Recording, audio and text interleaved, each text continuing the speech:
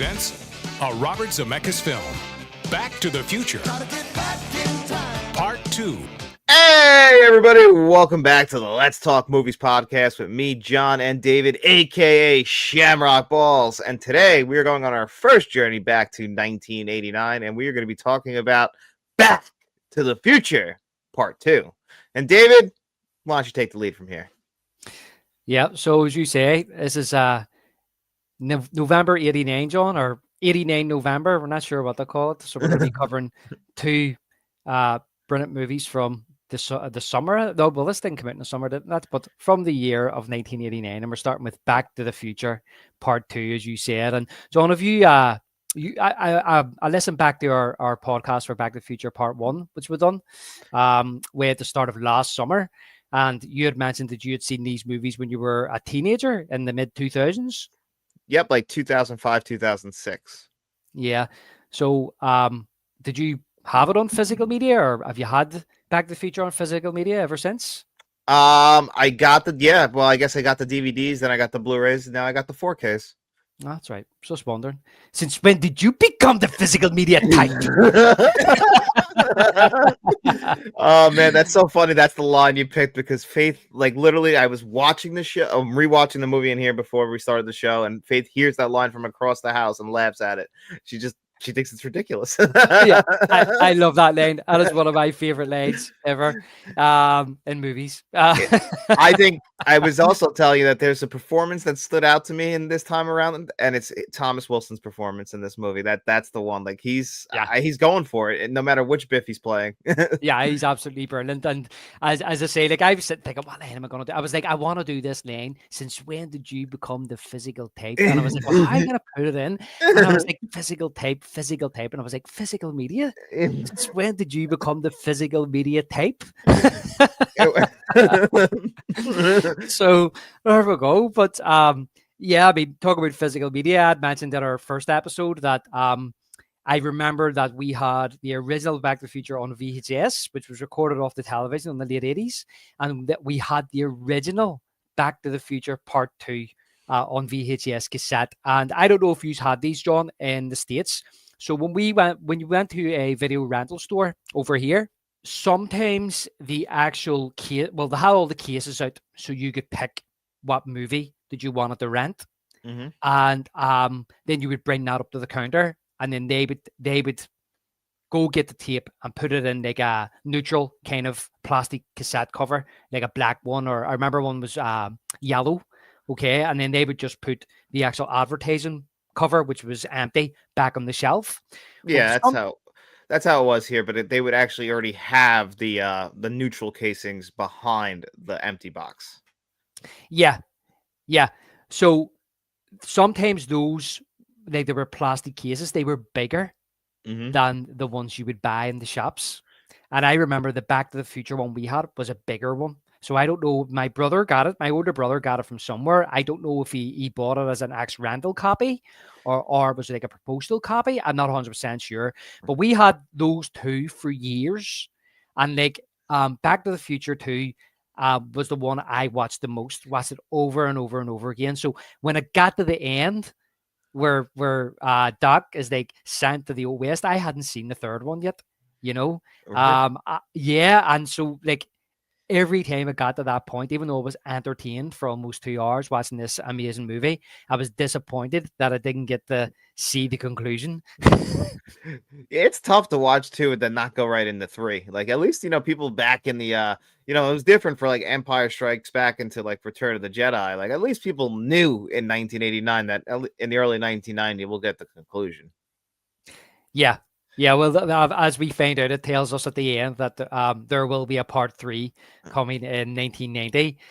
So people weren't just left with a cliffhanger wondering what the hell happened there, is that it? So as I say, this was the one when I was a kid that I watched the most. And I think I'd mentioned in our last podcast about, well, it was one of our podcasts, it might have been the Back to the Future one, but I mentioned about just the wonder of being a kid in the, say, late 80s or early 90s, watching, probably was early 90s because it came out in 89, watching Back to the Future Part 2 and dreaming about 2015, where we'll have flying cars and hoverboards and self-drying jackets and everything else. Yeah, we got really screwed over, man. Let me just tell you, like, they even the 3D advertisement for like they couldn't do that. They couldn't give us that like they did for Jaws 10. Jaws 19. Oh, was it 19? I'm sorry. Yeah. And I love when 2015 actually came around, where they had a celebration on that date for Back to the Future Part 2. And they did, and I think they re-released the Back to the Future films, and Universal done a trailer for Jaws 19, and it went through every single Jaws movie from the original to 2008 till Jaws 19. Like, I can't remember the numbers, but it was like Jaws 10, Jaws in space. So I love that they've done that. And of course, and I actually have that Blu-ray, and I haven't watched those special features, but apparently they done like a new special feature where Doc explained why we don't have flying cars and we don't have hoverboards, because as he explains at the end of Back to the Future Part 3, your future isn't written. It's only a possible future. So whatever happened in the space-time continuum, John, we didn't get all that. Yeah, I think we did it to ourselves. And honestly, we're not ready for flying cars. Yeah, we're bad enough driving on the road, never mind flying. Yeah, forget it. It'll be worse. Things falling out of the sky. Yeah, exactly. And so my initial thoughts on this basically is it's one of my favorite sequels of all time from my favorite trilogy of all time. It's a much busier movie than the original, fast-paced, action-packed, and I feel more cartoonish than the original. However, it's highly entertaining and funny. It goes to a much darker place than the first. It's almost like a fever dream that starts out bright and optimistic, then turns into a nightmare. Yeah, it really does it gets very dark, like a lot of middle chapters in many trilogies do. I actually, I told you, when I came to Back to the Future in 2005, 2006, obviously I went and watched Back to the Future 2 and 3. My initial reaction to this was my favorite in the whole trilogy at first for a while, until I, as I got older and started rewatching them, it kind of, now I would probably put it at the bottom of the trilogy, which is not to say I don't like the movie, because I agree with you. This is one of the best trilogies of all time, mainly because it sticks the landing. For a lot of trilogies, even the best trilogies, have a real hard time with the third chapter. In my opinion, it actually gets better. But I also, like I was telling you as well, and I kind of wanted to ask your perspective on this. Personal biases, like kind of like we both like this kind of like decade, like the 1980s through like the mid 1990s kind of era of film that maybe not everybody loves. I've actually heard it like knocked even by my favorite director, Quentin Tarantino. Why do you think it's so appealing to like people like us, and still to this day, people like us? These type of movies? Like the Spielberg era, 1980s kind of like studio films, I would say is a good way to put it. Like, Universal putting them out, Paramount. We've talked about a lot of them like on this era, like on here, but they've also been knocked a lot by a lot of people. Well, I mean, Tarantino's from a different era than me and you, so he grew up watching different things. I think a lot of it goes back to your childhood, to be honest with you. I think nostalgia probably does play a part in that. I think we're looking at the 80s now like our parents looked at the 50s or the 60s. Well, it's funny because this movie has a cafe 80s in it, and it's kind of like playing with like, oh, people in the 2000s will have nostalgia for the 80s, and he was right. Like, they were right about that 100%. I also think that there was this explosion of entertainment which happened in the 80s, which was promoted by television. That's true too. And I think home media too, like VHS and everything. Home media. I mean, that decade was the first time that you could watch a movie in the cinema and then 6 months down the line, rent that movie again if you liked it and watch it in your own home, and then eventually buy it and watch it again and again. And it goes back to what I said earlier about myself having this particular movie and the first one and loving it and watching it over and over again. I mean, you just got to look at things like Stranger Things, John, where they've taken a decade of the 80s and they've created this brand new television show based in that era and based on those movies and books of that time. And the children who are around now My daughter loves Stranger Things. She's watching it at the minute, absolutely loves it. My nephews, who are a wee bit older than her, they loved it when it first came on. So they're watching a TV show set in an era that we grew, well, myself, you did, I grew up in. Yeah. And they haven't seen a lot of these movies. And I'm able to say, well, if you love that, go and watch this movie, go and watch that movie. You should watch this, you should watch that. And they'll probably look back on the Stranger Things television show with the same fondness that we maybe look back on some of our movies. But not only that, I just think that a lot of these movies here, the stories are universal. They're well-crafted movies.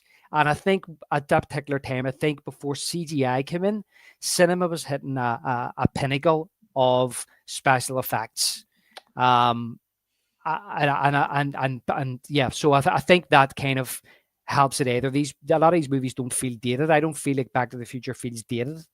No, I don't either. And it just made me kind of think, because this is like an era of films. And I think I know exactly, like maybe what Tarantino's saying, like something we like that you kind of just brought up is like the commercialization of everything. Like they were promoted heavy. And I mean, they were also, I guess, a little bit like lighter and easier to digest. So when you were younger, you're able to like watch Indiana Jones and like, but I also feel like the scores got bigger in the 1980s compared to like the 70s. And I like 70s cinema too. I'd probably put it number 2, but they're very different. They're very different. I feel as if 70s cinema was a wee bit more cynical, a wee bit more grittier, darker, more about the anti-hero. When we get into the 80s, it was all about the hero. Yeah, the hero was back. I mean, like literally, I was thinking about this today. Are there people are there characters who have been created that are like Doc and Marty, like since the 80s, or Indiana Jones, like created for film? Like, we have characters like Harry Potter, but that was based on a book series first, and Batman's Batman. Yeah, Batman's been around for a long time, and Batman's the movie started in the 80s. The franchise started in the 80s, really. But you look at Indiana Jones, he was a throwback. He was a throwback to those serials of the 30s and 40s. And as even Back to the Future, as I say, would be probably influenced by what Bob Gale and Robert Zemeckis watched in the 50s and 60s growing up. Maybe a lot of like sci-fi movies. Maybe I'm only guesstimating here, like movies like The Twilight Zone or The Outer Limits or something like that, which had time travel in it. But look, at the core, the first Back to the Future is a love story, right? And you were saying there, because the whole genesis for Back to the Future 1 wasn't really about time travel. It was Bob Gale seen a high school book with his father in it. Found a high school book with his father in it, and it turns out his father was a prefect. Is that what you call? Do you know what a prefect is? I don't know what that is. Maybe that's a British Irish thing. There's a name for it. Like a head boy, like a lead boy. I can't even think of the name what they call it in America. I'm not sure. I'm not like a bully or anything like that, right? What's that? Not like a bully or anything like that. Quite the opposite. Quite the opposite, right? I can't even think of the name of it. So he seen this and he didn't realize that's what his dad was, and he thought that was the furthest thing away from what he was in school. So he thought to himself, I wonder would I have got on with my father if I was in school with him? I'd say that's an interesting way to go about the story. Yeah, so that's how the nucleus of the story started. So the story was more about that. It was more about a father and a son at the same age in the same time period. But the time travel was just a plot device to tell the story, right? That's all it was. But then once you go into Back to the Future 2, it's mainly about time travel, and it's mainly about the negative side of time travel, and that's what we see unravel throughout this movie. We see how dangerous it is traveling through time, and how dangerous it can be to knowing too much about your own future and your destiny and your existence. And that's more what Back to the Future 2 is about. And of course, we also have the themes run through it about greed and stuff like that. So Back to the Future 2 is more of a time travel movie than Back to the Future 1. As I say, the time travel in the first movie is just a plot device. And then that's the same with Part 3. Part 3 as well is Doc's story. Back to the Future 3. I mean, Back to the Future 1 is about the McFlys, George and Lorraine. 2 is basically about Biff, right? And 3 is Doc's story. And we see Doc, and I think I'd mentioned you, we were talking about doing this episode, John. Whereas Doc in the previous movies is just there to recycle dialogue and exposition and about time travel. He actually becomes, to me, a fully rounded character by part 3, where you see that he's got a heart, and you learn about Doc, you learn about his loves, and you see him fall in love with this teacher as well, and that is the heart of Back to the Future 3. And as I say, that's probably more in line with Back to the Future 1 than Back to the Future 2. Yeah, no, I completely agree with you on that. So as I say, as you were saying there about Back to the Future 2 for you at the bottom of the pile, as I say, this is my favorite trilogy, okay? Part 1, Part 2, Part 3. Love all 3 of them. To me, it's one complete story. It's got a start, a middle, and an end. And for years, when I was a kid, Part 2 was my favorite. It wasn't until I became a teenager that when I rewatched the first one, I realized, oh, this is the best one. You know, Part 1 is absolutely amazing. It's outstanding. So it is. The dialogue and how it's shot and the story is just outstanding. And then I was always a fan of Part 3, even back in the 90s, where people always used to say, oh, it's not as good, that one, or it's rubbish, the third one, or was that the Western one? Oh, I don't like it. I was always a defender of Part 3. I always loved Part 3. But then something strange happened. 2015 came along. Oh my God. And I think I know where this is going. Yeah. And I watched Back to the Future Part 2, and I still love it, but I kind of went, we didn't get our hoverboards and we didn't get our cars. And, this film's very busy, and yeah, I've had this feeling for many years now that Part 3 is actually the better movie. So I agree, it would be Part 1, Part 3, and then Part 2 for me. Yeah, and it's like if you're gonna rank them, you got to do that. But I just feel like you said, it almost feels like if you look at it as a complete story, you know, we kind of got to set up everything in the beginning in the first film, then we get going, and then everything keeps going through the entire second film, and then we have the third film, and then it slows down to a nice halt and wraps everything up with a bow. So that kind of makes the 2 end pieces feel, you know, better in my opinion. And the third one has a theme, being the Western. Like this one, you know, we spend some time in the future, but then we go back to like where the first one was. So like there's a little bit of a, you know, difference there. I kind of, I mean, again, that's where my personal bias comes in. I love Westerns, and it's kind of fun to see these characters in a Western setting. So I'm like, am I just being a little bit more positive towards this because it's kind of more up my alley? I'm not sure. Yeah. And that's the thing too. I'm a fan of Westerns. But the thing was, I loved seeing Hill Valley in the 1880s. You know what I mean, and I loved all because I love Western history, even though it's very romanticized because it's a Back to the Future movie, and it's probably based on those old 1950s Westerns more than anything that Robert Zemeckis and Bob Gale grew up watching, or 1940s Westerns. But I loved seeing the town just kind of starting to prosper. You know what I mean? Starting to raise, and that era with the train, and of course Alan Silvestri does an amazing Western score as well. That score is so good. But I know it's one of your all-time favorites, right? Yeah, I think I'd put it like number 5 in my top 5 scores of all time. Yeah, and I get that, because at the end when they kick into the Western theme, I'm like, oh, that's so good. yeah, it really is, because the score in this is it has expanded. The Back to the Future 2 score, I feel, has expanded a bit from the first movie, but he's reused an awful lot of those themes throughout Back to the Future 2 that he used in 1, which makes sense to a certain extent, because they're kind of going to 1985 and back to 1955. So you want to have that same familiarity of being in those same places, you know. So when they do go to 1885, where we haven't been before, of course you're going to change the music up for that. Yeah. And, you know, makes sense. And that's why, again, like 3 kind of like, it feels different enough that I always like enjoy when we get to 3, even though the journey there through 2 is still really good. Yeah. Well, one of my favorite parts in Part 3, even though we should be talking about 2, but one of my favorite parts in Part 3 is the start, where they go looking for the DeLorean, and they go in the main shaft, and there it is. It's been lying there for 80 years, you know. I love and that. The music and all, when they're down, you know, all that kind of mystery and intrigue. And then when he comes out to the graveyard and he finds Doc Brown's Tombstone, and I that's what I'm saying. Not even just the Western stuff, just how that starts, and I love that opening score in part 3 as well when it's raining and he's bringing Doc back to his mansion. It's the Western one part of the Western theme, but I just love it. I think it's a tremendous movie. It's probably better made than part 2, but yeah, we'll get to that one. Well, you know what? That can probably take us to the pre-production because they did make 2 and 3 together. Yeah. Before I actually get into it, I just want to point out as well. You had mentioned about that. This is basically like the Empire Strikes Back of Back to the Future, and you're right, and it is very much like that, where we're in the middle of a story and we start off a third of the way in, and when it ends, there's really no resolution. There's a resolution to the story to what One to do.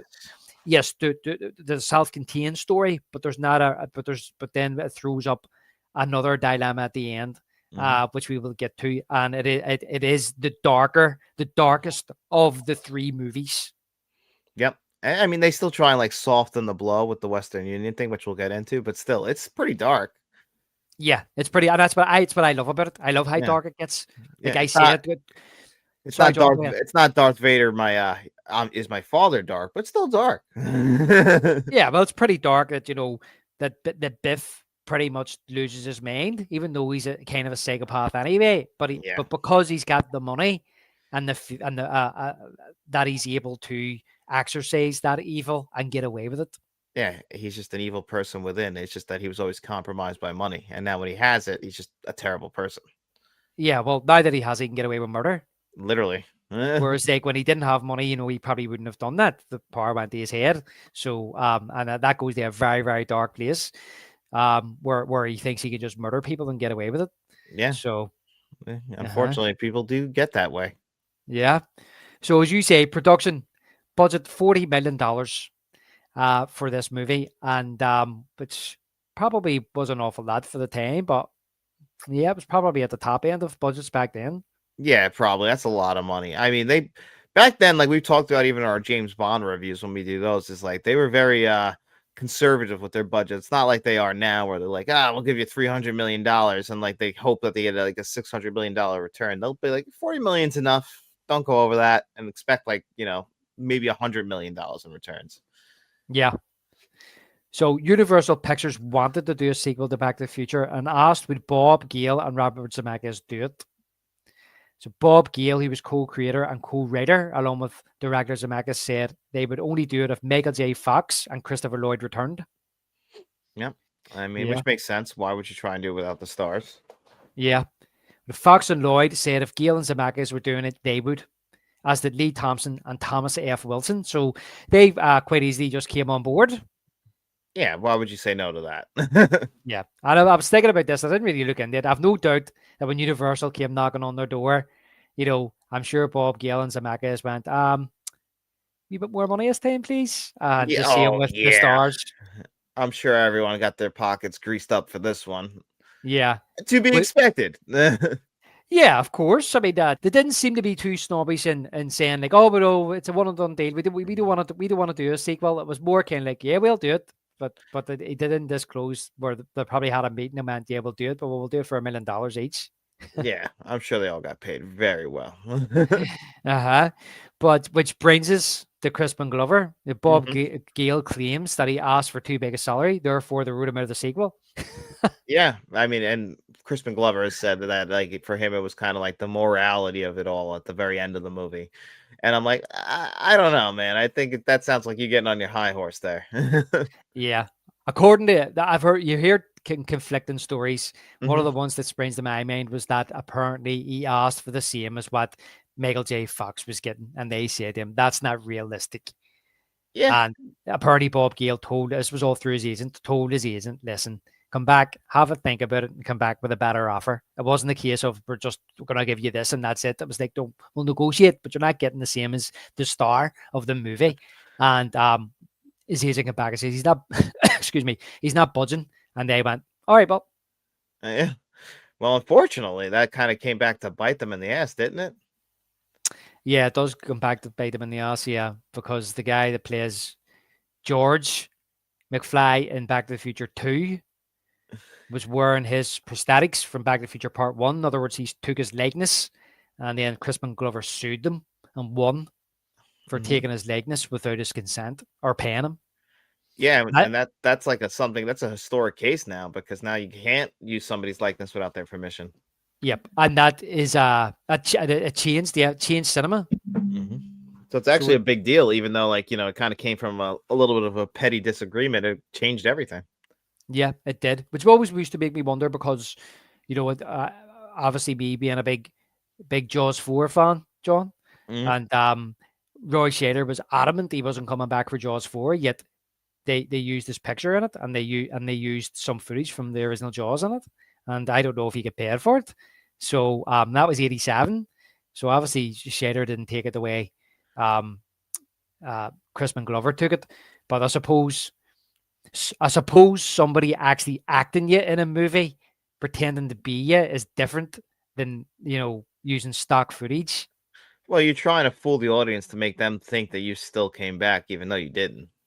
Yeah, my argument there would be is that he's playing a character. He's not playing you. No, yeah, exactly. Anyone can play the character, if they want to. It's just that you took it upon yourself to make everyone else believe that you were the character. So I agree with you on that. I think the sticking point was using the molds that were made for his face, because that's the likeness part. I think That's his actual face. Mm. Yeah, I could see that. Like, you could have just had somebody who looked like me, but not changed anything about them. But if they didn't put the prosthetics on, Yeah, which, they do it with another character. They don't try and put prosthetics on. That's a little strange. well, yeah, I know what you're saying. Yeah, although she was, I think it would be weird. She was front and center at the start of the movie, so I think it would be a bit strange if she was done all the makeup. It would just look weird. But if you're shooting George McFly from a distance, or you're shooting George McFly when he's what age would he have been? 77 years of age, when he's meant to look old. Yeah, that's true. That's different. Mm-hmm. Interesting case. Like I get his point of view. People shouldn't be able to abuse people's likeness. He said, I remember Crispin Glover saying, the reason I done it was because I didn't want people thinking that I was in it. I think he said people were coming up and saying to him about the sequels, and he had to tell them I wasn't in that one, and they were like telling him, yes, you were.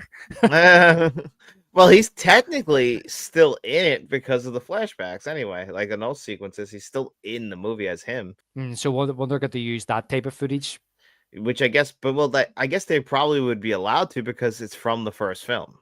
Like, I mean, like, it's like, it's still our movie. You were in it. We can do whatever we want with it. Like, you're not erased from that. So we're just using that same footage.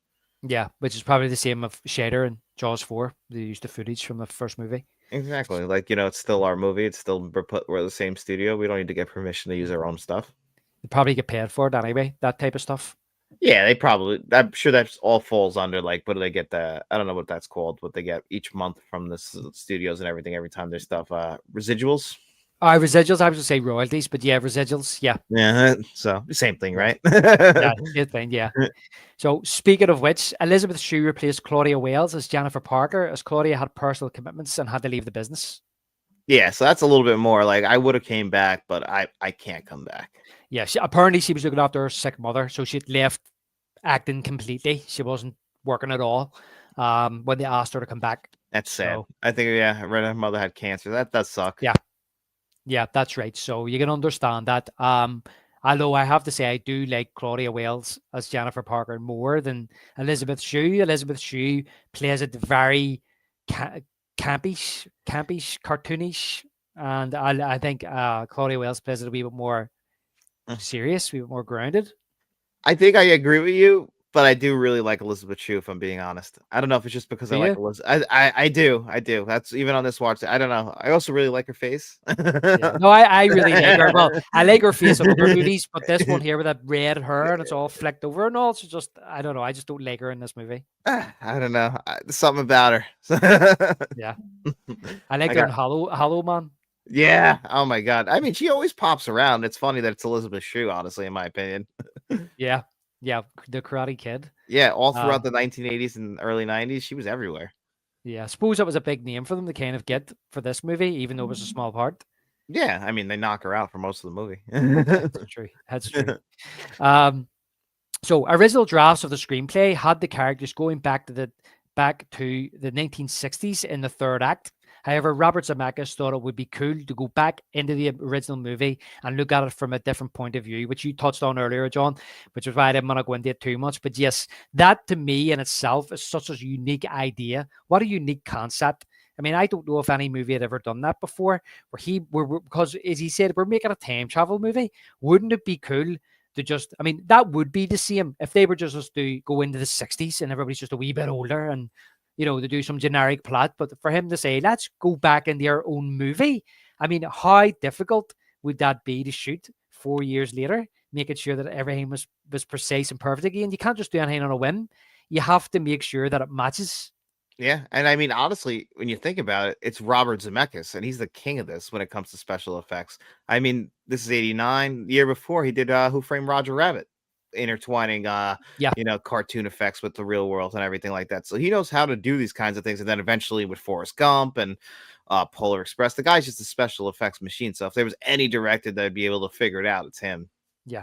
Yeah, well, I was thinking about that because that's what I was saying earlier about the movies in the 80s and stuff, and even the sequel, Back to the Future, like pushing boundaries, pushing things. I don't feel as if the first movie wasn't really special effects based. It's like the time machine being the plot device, right? It's not, there's special effects in the movie, but it's just to tell the story. Whereas this here, yes, it's to tell the story, but they were pushing the form. But I also feel as if Robert Zemeckis is like the Betamax of film directors, because just as he was pushing the form forward, CGI came in and negated, only a couple of years later, and negated everything that he had done, like putting it's the same actor in multiple shots, creating cameras for that, the Roger Rabbit thing, like 5 years later, all that was outdated. It was, but it's still fascinating to look back on him doing it, isn't it?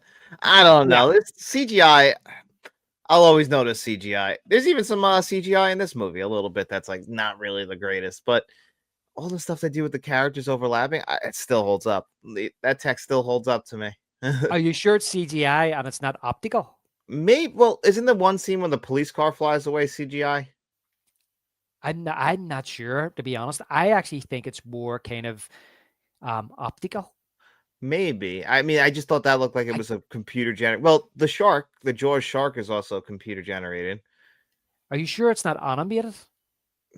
Maybe. I mean, I don't. It's 89. Like they were doing Industrial Light and Magic. Like CGI was available to them because of Tron. It was the same studio from 82.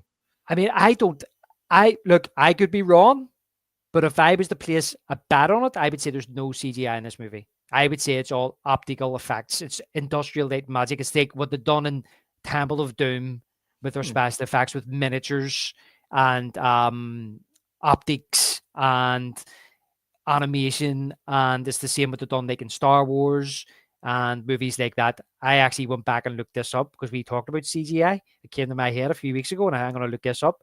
And yes, CGI, the first movie to use CGI was Westworld.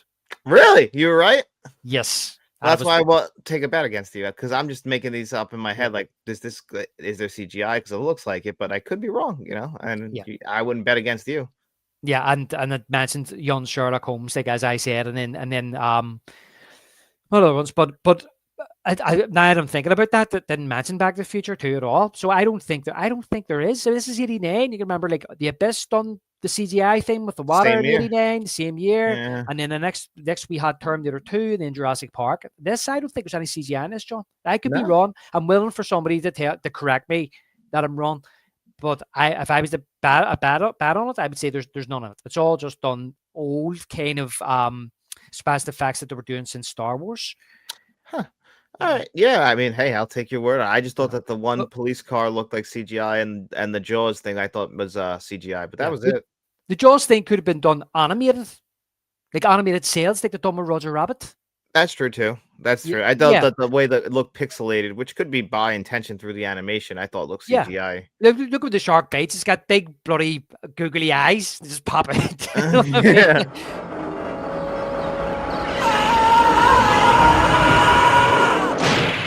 You know what I mean? I'm not saying that doesn't mean it's not CG, but you said about it's pixelated. It's kind of it's done like that for comic effect. And well, it's supposed to be like an ad. It's a living ad. Yeah, Which I wish was around. yeah, so do I. But like, I think a lot of this was done. Like a lot of those like vehicles and all were done in miniature. They were done in miniatures. So they were then layered over the film. Yeah, probably layered over the actual film. You filmed like in a studio and then layered over the film with a wee bit of smoke and stuff like that. And yeah, that I think this was done all in the old school. But what I mean about, I mentioned it earlier because you asked the question. But I feel as if by this stage in the late 80s, this was like the pinnacle of this type of special effect. Do you know what I mean? This was like bread and butter to people. You could do this, and it's like I asked you about T2. Is T2 the pinnacle? You know, where do we go from there? CGI. There's nowhere else you can go. Like Jurassic Park having the best stop motion ever. Where do you go? I still think it's the best option to combine them. Yeah, just combine everything. Oh no, I totally agree. I think this is becoming a lost art, and I think we should be still doing it. But whether or not it's time, whether or not it's money, I don't like computer generated images. I think that's why I mentioned earlier movies like this aren't dated looking. No, it's the fact that you thought that some of this stuff was CGI. What does that tell you? How good was it? Yeah, it's impressive. It's impressive for the time. It's still everything. Still, in my opinion, even holds up. Like even before. I mean, I guess they did it a couple years before, but having Michael J. Fox play multiple characters and playing his own kids, like that's still very new at the time. Oh yeah, that's what I mean. That's why I'm calling Robert Zemeckis the Betamax of directors, because he brought in all this new technology but it never been done before. They developed cameras, and then a few years later, it was obsolete. You know, But the old comes back. The old comes back. You see how many movies get shot now on VistaVision? There's 3 movies that came out this year that are shot on VistaVision, which they hadn't made. I think they made 1 movie since the 60s on that or something crazy. Brilliant. Yeah. I'm not necessarily saying that the new is good either. Yeah, I mean, listen, the problem with CGI is when it becomes everything, when the whole background CGI and they're not interacting with anything real. If you want to throw some CGI in there to like make things come together, that's fine. But like, when you rely on it, just looks unrealistic. When you put this movie on, it still looks real, like the world they created, which looks like they're there. That looks like because they are. Yeah, they spent 2 years making sets for this, so of course they have everything at their disposal.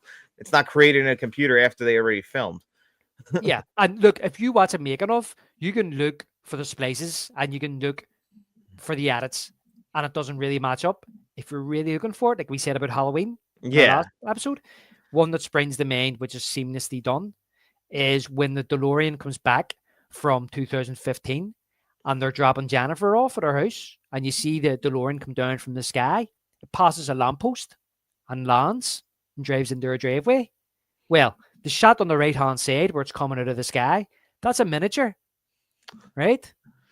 When it hits the lamppost, that's a real lamppost. You can see the left-hand. Well, the left-hand side of the screen is the real street. They had the DeLorean behind the lamppost on a ramp, and what happened was it drives off the ramp, so it looks like it's landing, right? And then they spliced it, and then so they filmed the DeLorean coming off the ramp and driving into the driveway, and then they spliced the 2 pieces of film together, and it looks like the DeLorean's coming down from the sky, goes past the lamppost, lands on the ground, the road, and drives into your driveway. That's how it was done. That was the art of illusion, and that's optical illusions. I mean, that's incredible, and that's filmmaking. And imagine having a plan for that. So but by that stage it was bread and butter. It was kind of like it was easy to them. They've been doing it for years. Robert Zemeckis still to this day is experimenting. He had a movie come out last year called Here, and it was like basically leaving the camera in one place as decades and decades go by, and it was very interesting. I really enjoyed it. Yeah, I love Robert Zemeckis as a director. One of my favorite films is John, which I'd never really heard of before. I only watched it a couple of years ago. The Walk. I've never seen it. I recommend it. It's based on a true story. Now, it was originally filmed in 3D. It's about a guy who walked between the 2 World Trade Centers on a wire. Oh, I have actually. I've seen the documentary on this. Didn't see the movie. Yeah, the movie's amazing, but it was originally in 3D, and it's all about how he done it. Because obviously they're not going to let a person walk between the 2 World Trade Centers on a wire. So this was like when they were first built in the 70s. So he had to sneak in with his friends and set it up, and it was done like a bank heist. It was done like a heist. They had to scope the place out and break in, and then put the wire across during the night without being caught. And then the next morning, as soon as dawn broke, he walked across it, and several times lay down on it now, and people started seeing him up in the sky, going, "Who's that up there?" And then the cops came and had to try and bring him in, and then arrested him. But unbelievable. He got community service and he had to do like go to like children's things and do the wire work for them and do tricks and things like that, because he was from a family of, I think his family, he was a Frenchman. I think his family were like circus performers. That's how he learned how to do this, walking across the wire. But Zemeckis made a movie on it, and it stars your man. It was in Joseph Gordon-Levitt, right? Yes, it stars him. Mm-hmm. So it's a really good film, and that's a Zemeckis movie that I didn't even realize existed, and watched it one day. I seen a documentary about this guy, as you say, Philippe Petit or something, and then I realized there was a movie, and when I seen it was directed by him, I was like, I have to watch it, and I loved it. Yeah, he's good. I mean, one of the best movies he made that no one ever talks about, and kind of like that, is the movie Flight with, and I don't think you saw that, right? I haven't seen Flight. Yeah, that movie, it just should, again, with the great special effects. Like, he starts the movie off with an incredible plane crash, and then the rest of the movie is just about a guy who has some really bad addictions. Yeah. Well, here, Forrest Gump. You can't beat Forrest Gump. No, you can't. I mean, there's a reason why it won Best Picture, even over 100%. My beloved Pulp Fiction. Yep, 100%. And I stand by, it was the deserved winner. I will not have history rewritten. That's fine. That's fine. I won't go to bat in 94. I want to go back to 90. I want to go back to Goodfellas losing the freaking Dances with Wolves. That one kills me more than any of them. Yeah, well, I could understand that. Yeah. It's fucking Goodfellas, man. I know. I was trying to think of something else in there. I thought, well, what about Back to the Future 3 should have won? Yeah. These movies never got their acknowledgement, only at the box office. Only by fans, keeping it alive. So yes, the original script then I ended with them going to the Old West, as I said. So it was decided to make it into 2 movies and shoot the sequels back to back. Mm-hmm. Which keeps great continuity. And so it was primarily filmed in California, with key locations including the Courthouse Square on the Universal Backlot, Griffith Park, and various streets and homes in cities like Burbank, El Monte. So that's pronounced El Monte. The man from Del Monte. Monrovia and South Pasadena. Many of the Hill Valley scenes were shot on studio backlots, while the specific houses used for characters like Marty, Jennifer, and Mr. Strickland were private residents in the Los Angeles area. I have to say, like, if you do look at some of the behind-the-scenes footage of them filming this, like how the Courthouse Square we have talked about before, John, which is so infamous, the Universal Studios backlot, just how they just remodeled that whole area for the 2015 scenes is unbelievable. I love it. That's what makes those sequences, for me, like the best part of the movie. It's just because like they remodeled exactly what you saw in the first one to look like this futuristic 2015, which of course, they missed on a lot of the stuff, but still now when you go back and watch it, it's amazing. Like when they go into the 80s cafe, like thinking about how it looked in the 50s. Yeah. Love it. But look at the pond and the glass and the actual pond is so cool. And then you've got the underground mall, which he comes out of. Yeah. Oh, that's so much. Even the courthouse, like when they're coming out of the courthouse, you get that wide shot from the back of the pond. It looks beautiful. It really does. It's a shame they had to put it back to the way it was. If you go on, like you can go on, especially YouTube's such a great thing as well, whereas like people who done the studio tour in like the 80s, and they're uploading their old camcorder footage of the studio tour from 89, and they pass that Courthouse Square, and it's exactly like that. And the host is saying to them, we've transformed the Courthouse Square for the upcoming sequel, to Back to the Future. I'm going to watch that later, because now I have to see that. The nostalgia must be crazy. Yeah, so there's people actually went through there at 89 and seen it like that. And I think she mentions as well, there's a couple of videos out there, I've watched a few of them, and she says like, this is our 2015 set or something. She mentions. That's so cool. It's so cool because now that's 10 years ago. The freaking 2015. It's wild. Time comes fast. It does. It flies by, mate. It really does. It's scary. Yeah. Speaking of which, Alternative 1985 was nicknamed Biff Horrific by the crew. Horrific. And Zemeckis supervised the edit on Back to the Future Part 2 while shooting Back to the Future Part 3. Yeah, I read he slept like 3 hours a day or something like that. He would go be shooting 3, editing 2. Like, that's crazy. That's your commitment to your work, though. Yeah, he was like taking a private plane to Universal, and then after filming, wrapped in Part 3, and spending the night supervising the edit on Part 2. And as you say, getting a few hours sleep at Universal, getting up, flying back to film Part 3. And I remember seeing an interview with him that he kind of regretted, he says, doing that because he felt as if he couldn't give Part 2 his full attention. I know they had 2 editors working on the movie, but yeah, he feels as if that it's a bit too busy, it's a bit too frantic, and he should have slowed the pace down. I kind of do agree with that, although I do kind of like, if you look at it like just as that middle chapter, I think it works at the kinetic pace. But yeah, it's a very dense movie, and at the length of it, like you could have probably extended this out to 2 hours actually, and maybe that would have slowed the pacing down a little bit and probably got to a perfect length. Yeah, but I noticed an awful lot of like cuts and stuff when I was watching it again, and I know there is a load of deleted scenes. And you know, I had mentioned in our first podcast about Back to the Future that when I was a kid, as I say, my one of my brothers worked in a store which sold, I've mentioned this many times, VHSs and vinyl and things like that. So he would come home with CDs, VHSs, because working there, I'm sure, you know, it's a temptation too, isn't it? When you're working there, you get your wages, so I'll buy this today. You know, it's just giving the stock. But he had bought like the novelizations for Back to the Future 2 and Ghostbusters 2, came out the same year. He bought the novelizations. So I commandeered the Back to the Future 2 novelization, and I read that 3 or 4 or 5 times. I loved it. I loved reading that novelization. It's probably part of where my love of the movie novelizations comes from. And it had some deleted scenes in there. Now, as I say, that was like in the early 90s. I haven't read it since, and I'm really hoping, I know they've done novelizations for like Part 1, Part 2, and Part 3.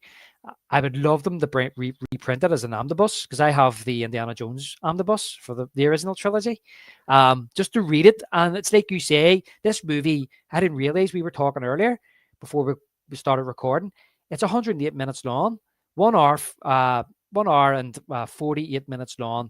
Take out the end credits, which is about 5 minutes. Take out the trailer for Back to the Future 3, which is about an hour 6 minutes. It's basically an hour and 40 minutes long, and it feels longer. It's because they do so much. Like, they're in 3 different like decades. They spend time in 2015, 1985, and 1955. Yeah, all under 2 hours. Like, it's pretty crazy that they actually travel around that much. And to me, I do feel like I got robbed of a little bit of time in 2015. Like, I feel like they left it kind of abruptly, and I'm like, I kind of want to stay here. Like, it was so fun. Like, see, I mean, I get it. Like, it's like little visual gags and stuff like that.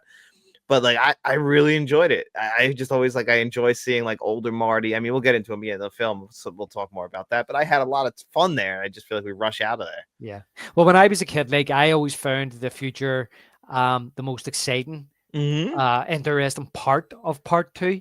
But as I got older, I've actually found the middle part the most interesting. In the 80s? In the 80s, the alternate. Yeah, that's the most interesting than the 3 timelines they went into. There was a way that I did find that the end part was the most interesting because of going back into that timeline. In my childish mind, I thought that these things were still happening while the first movie was on. So I would watch the first movie and look out for like Marty in his black leather jacket and hat in the first movie, even though, you know, it wasn't until I got old enough to realize, oh no, you know, these weren't filmed like that. So there was a way I found that very interesting. I still do find that very interesting. But no, the reason I think I found the middle part the most interesting, John, is because as the original movie was named Paradox, that whole idea of alternate realities, different timelines, how a decision can change your life for the good or the bad, and as we mentioned earlier, how greed can change people, and people who have bad intentions, if you add money and power into that, you know what I mean? It's a dark path. And I think that kind of psychological side of the movie, that side of that human side of it, that's what fascinates me. As I say, the first part is fascinating when I was a kid because that was the optimistic future that we might have that one day. I thought we would have that in 25 years. We hoped. we hoped, and it just didn't turn out that way. So yeah, I think the middle part for me is the most interesting. But I think when I was taking my notes the other night, I do think they spend most time in 2015. They do. They definitely spend the most time there, but I think they actually spend the least amount of time in the 80s, if I'm correct. Yeah, that middle part is so short. It's so quick that you're there, and then before they go to the 1950s, which is cool, and that's the smart way to end it. And actually, the very end of the movie is my favorite scene in the movie. It's just I had a lot of fun, like, it's just kind of like seeing things. Like I wanted to see more things of like their future 2015. Like I wanted to see more of them and like what they're going. Like we only get to spend a little bit of time with older Elizabeth Shue, like a second. Yeah, a split second. Yeah. So like I would have wanted more of that. That's just my only like little complaint about that is I just wanted more 2015. Yeah. No, I think that I feel like I kind of feel like the filmmakers too. I feel as if they couldn't get out of 2015 quick enough. Because I'm sure that production is probably a huge part of that. That probably costs the most amount of money is converting everything to that, and then all the makeup. So I get why they would probably want to move on from it. Well, I remember them saying that. I'd mentioned to you we were talking about this earlier, weren't we? And before we went live, and I remember that Galen Zemeckis basically said that they had no intention to make a sequel, because if they did, they would never have put Jennifer in the car, and they would never have went into the future, because they said that one of the worst things you can do is try and predict the future, because it's very rare you ever get it right. And they says the only way that they could justify doing the future in this movie was to make everything a joke. So that's why, to me, it's probably my least favorite now, because we've gone past 2015 and everything is a joke, and that's all it was, really. And yeah, but the making of I watched, which is about 20 years old, Zemeckis said himself that he felt as if out of the whole trilogy, the 2015 stuff was the least interesting to him. So they kind of boxed themselves in there, John, at the end of the first movie, where they had to do this. They didn't really want to do it, but they had to do it. But of course, it starts the ball rolling of the whole story of the whole second movie. Well, that explains why they set up the story with Marty Jr. and have it end really quick and move on from that entire storyline that they set up from the beginning of from the end of the first one, because it makes it seem like this whole movie is going to be about their kids, and like we move past their kids pretty quick. Yeah, and in some ways you can kind of look at this and go, this whole thing is just set up to get them to the Old West, really, isn't it? It really is. And like you said, they wrote themselves in the corner, and that's also something that's like a flaw in the very beginning, which we'll get into when we get into the film. Yeah, which I think we should move into anyway. Yep, I think we should. Let's get rocking on the movie side of things. Excuse me. So this movie, John, was released on November 22nd, 1989. Thanksgiving week, I assume. Was that Kennedy's anniversary? Usually November. That's got to be around Thanksgiving. What's it, November? Let me see. November 22nd, 1963. That's the day. You're right. You know your history. Yeah, you do. You know dates better. When I say, I just literally will just say November 1963, so I don't get it wrong. Dallas, Texas. Dallas, Texas. November 5th, 1955. So yeah, we'll have this classic Universal logo. Mm-hmm. Coming in. That era of films for us, man. We had that Universal logo open up so many classics. Yeah, it really does. So much nostalgia there. So there is. And we hear this Silvestri music. Steven Spielberg presents a Robert Zemeckis film. That bling, bling, bling, bling. So that Saturday, October 26th, 1985, 9 days after my 4th birthday, John. If only you were in a different area of the world.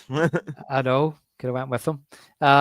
So we open with the end of the previous film. And obviously this is all reshot. Mm-hmm. Almost shot for shot, but keen-eyed viewers can notice all the differences. Yeah, I think it's well done. Mm-hmm, it is. I mean, for what they had to do. And again, like, this is where I guess they all did this just because of Elizabeth Shue, right? Well, I was going to say that's what you would automatically assume, but do you not think they would have done it anyway? Because 4 years has passed, and Michael J. Fox and Christopher Lloyd have changed. I mean, Michael J. Fox does look a bit different. mean, he's 29 when he made this movie. He was 24 when he made the first, and he's playing a 17-year-old. It's the worst when he's talking to Biff in the middle of the movie, where he's got like the classic, like, regular middle-aged guy with the 5 o'clock shadow for his mustache, and it makes his skin darker. It's like, that's not something a 17-year-old has. That's somebody with some miles on him has. Idiot maids, John. Yeah, about that. So it's like, I'm not buying. I mean, it's already like, given its film, we are all supposed to take some leaps in logic, but I'm like, yeah, he's a little bit older, man. Yeah, he is. But you're right. It's probably initially like, oh, we've got a different actress here. We have to shoot it. But then I something tells me that they may have done it anyway. Well, would they just start it off with them in the DeLorean from that, or would they even show this? Like, they would do flashbacks like this at the beginning of movies in the 80s a lot, like the whole Friday the 13th franchise. But wouldn't they just, like, now, if this happened, would they not even show us the end of the first movie and just have us pick up like with them in the DeLorean already on their way to 2015? Right enough. They might do. The only thing is that they have this insert of Biff. Yeah, well, they have to make sure they get that for the film to make sense. Yeah. So first of all, we'll have his girlfriend Jennifer showing up. How about a ride, mister? And but Doc arrives on the scene. Marty, you've got to come back with me. I know why he goes like, where? Like, can he see anything? He's like, those glasses, you can't see his eyes. And he pushes them out. Back to the Future. And he's like, but he said no, he's staying. He's he's just, Jennifer's just going to take a new truck for a spin anyway. But I love this that he says. But he says there's one of my favorite lines here, John, is what happens to us in the future? What do we become, assholes or something? That's my favorite line too. Like, that's the worst thing you could be. It's like, he's like, making sure he's rich, but he's like, would we become assholes or something? Like, I don't want to be that. I know that's the worst thing you could ever be. I'm near certain he says something else in the original script, but they had to change it. You'll have to look that one up. Okay, I'll have to. Well, it's not very PC. No, is it about a certain race of people? No, it's about a certain orientation. Okay. Sexual orientation. Gotcha. Oh, okay. I know which one you're talking about. I'm near certain that's what it was. I think they changed it. It was the 80s. It was the 80s. Yeah. But I love how Doc has to think for a second. He's kind of like, no. You and Jennifer turn out just fine. It's your kids, Marty. Something's got to be done about your kids. And I love this music here where they back up and he's like, hey, Doc, you better back up. You ain't got enough road to get up to 88. And this is the classic line, John. Roads, where we're going, we don't need roads. Mm-hmm. But this is the insert here I'm talking about, where Biff comes out. He's really excited. He comes out. He's like, "Hey, Marty, Marty, I wanted to show you these new matchbooks for my auto. For my auto detail I have printed up." His wee matches. Well, he loves his matchbooks. He has them on his little thing when he gets into the 80s too. He's always got matchbooks made up with his name. yeah, he seems to like them, probably for starting fires. Probably, I can imagine he'd be. Well, yeah, he's definitely a huge smoker too, so he's always got to have matchbooks around. He just assumes everyone likes it too. Yeah, I just love how excited he is to show Marty his matches when he comes in here, and his green tracksuit. I know, that's ridiculous. It is, isn't it? And of course, he sees the DeLorean flying off, and he's like, I love how it just zooms in. And it's like, what the hell? Yeah, flying DeLorean? What the hell is going on here? The old Biff is coming back. That's what's happening. And I have to say, John, so we go into the title sequence where it's like Back to the Future Part 2 with that classic Silvestri score. So I think this version of the Back to the Future main theme is my favorite version of this actual theme. Really? I still would probably go with the Western one. Oh, the actual Back to the Future version, though? Oh, you mean like this opening credits theme, like this one that's playing right now? Well, you know, the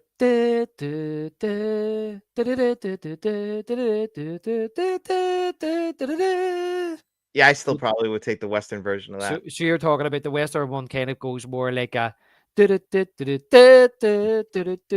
it's light and fun. Yeah.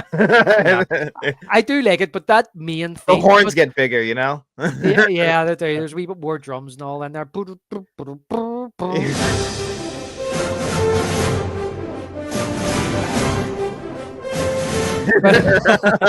but it's but this main theme, it's not new. We've heard it in the first movie, this particular theme, but it just feels different. There's something different about it in the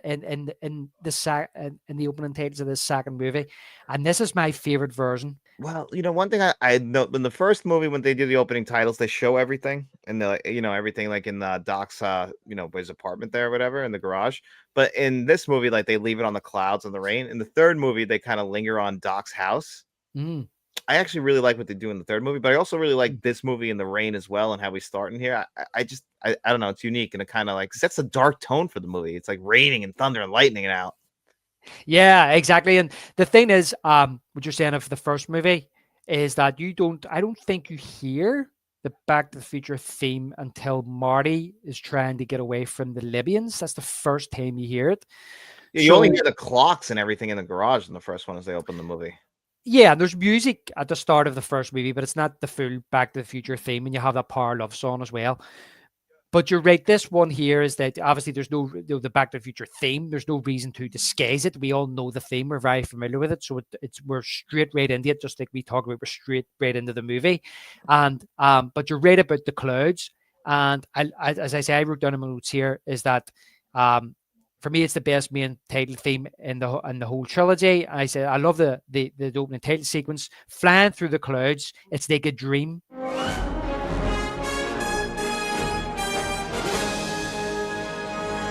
Yeah, I love that. And then even when we get like peek out the window when it's raining and everything, you can't really look at it. It's not very clear. No. And then that note I wrote here, which I touched on earlier, and my initial thoughts was a dream that becomes a nightmare. So yeah. That's what it's like. It's like a dream. They're flying through the clouds. This whole, to me, and if you watch the movie, there's multiple times people say this is like a dream. And I know he says it in the first movie as well, but there's multiple times it's said throughout the movie. This is like a dream. I mean, it feels like it too, like the way that they're traveling through certain eras and like you spend brief periods there. That's like a dream. Dreams only last very briefly. Like you don't even know that you kind of just pick up in the middle. And like we kind of just pick it up in the middle everywhere. And the different characterizations of people they know. Evil people and older versions and older versions and things like that. You know what I mean? So yeah. But as you say, we pan down from the clouds with the three sonic booms, the DeLorean arrives. And as it's a brilliant atmosphere here with the rain and stuff like that. But it's like 4 in the morning. Yeah, I know. I was wondering about that too, which I guess they kind of captured the raininess of 4 in the morning. Well, they do, but the whole thing is that by the time he gets in the alleyway and all, he must be getting to the cafe 80s at 5 in the morning. And then by the time they pick Jennifer up, you hear the cops saying it'll be dark soon. Yeah, so he was out all day. Yeah, but I mean, it doesn't feel like that they were there all day. No, it doesn't. It does feel like they were only there for a few hours. Yeah, but Doc says taxi cab, and he says, "How are you going to be a taxi cab? I thought you says we were flying." But they're descending towards Hill Valley on Wednesday, October 21st, 2015. And they explain to Jennifer that they're in a time machine, and Doc knocks her out because she's getting overexcited, asking about the future. He uses a sleep-inducing alpha rhythm generator. Yeah, they pulled this one out of their ass just to make sure they wrote her out of the movie for a while. Yeah. It's very noticeable, like that's why they had to do that. Yeah, it was just like, we just need to get rid of her. And as I said, Gale and Zemeckis said, they wouldn't even if we were going to make a sequel, we wouldn't have brought her. How do you explain that to her? Yeah, which doesn't make sense when you think about it. His explanation makes no sense. Like, what was I supposed to do? She saw the time machine and everything. Like, I'm like, if you had that time zapping thing, knock her out there and bring her home. But it's like you had no choice because you already brought her along. Yeah. Uh-huh. His excuse is she was asking too many questions. Yeah, asking too many questions. And honestly, Marty was just getting a little bit annoyed, like just the fact that she's like talking too much. Like, yeah, sure. Like just any guy with a girl at sometimes. We'll be able to see our wedding. Wow. I'm going to be able to see my wedding dress. Wow. God, I wonder where we live. I bet. He says, "Are we able to see our wedding? Doc, is it a big wedding?" And he's like, it's just, "You have loads of kids." I'm actually concerned about how much Doc actually knows about their lives. And later on, he actually says as well about when they're going to rescue young Jennifer, we'll have to get there quick. Old Jennifer usually gets home at this time. How the hell does he know? I know. He's like, you can't poke around in your own lives. Don't worry, though. I poked around enough for all of us. And like all his reasoning for things, like why we can't, what I invented the machine for. It's like, what exactly did you invent it for? Because your justification for it doesn't make it a lot of sense. Like just to do your own personal research. Like I don't get it. And he didn't invent the time machine to win a gambling. Yet he opens this case later with loads of money. And if you read the comic books, right? Now it's been a while since I've read the comic books. The original comic, or they wrote these comic books just after around 2015 to coincide with this celebration.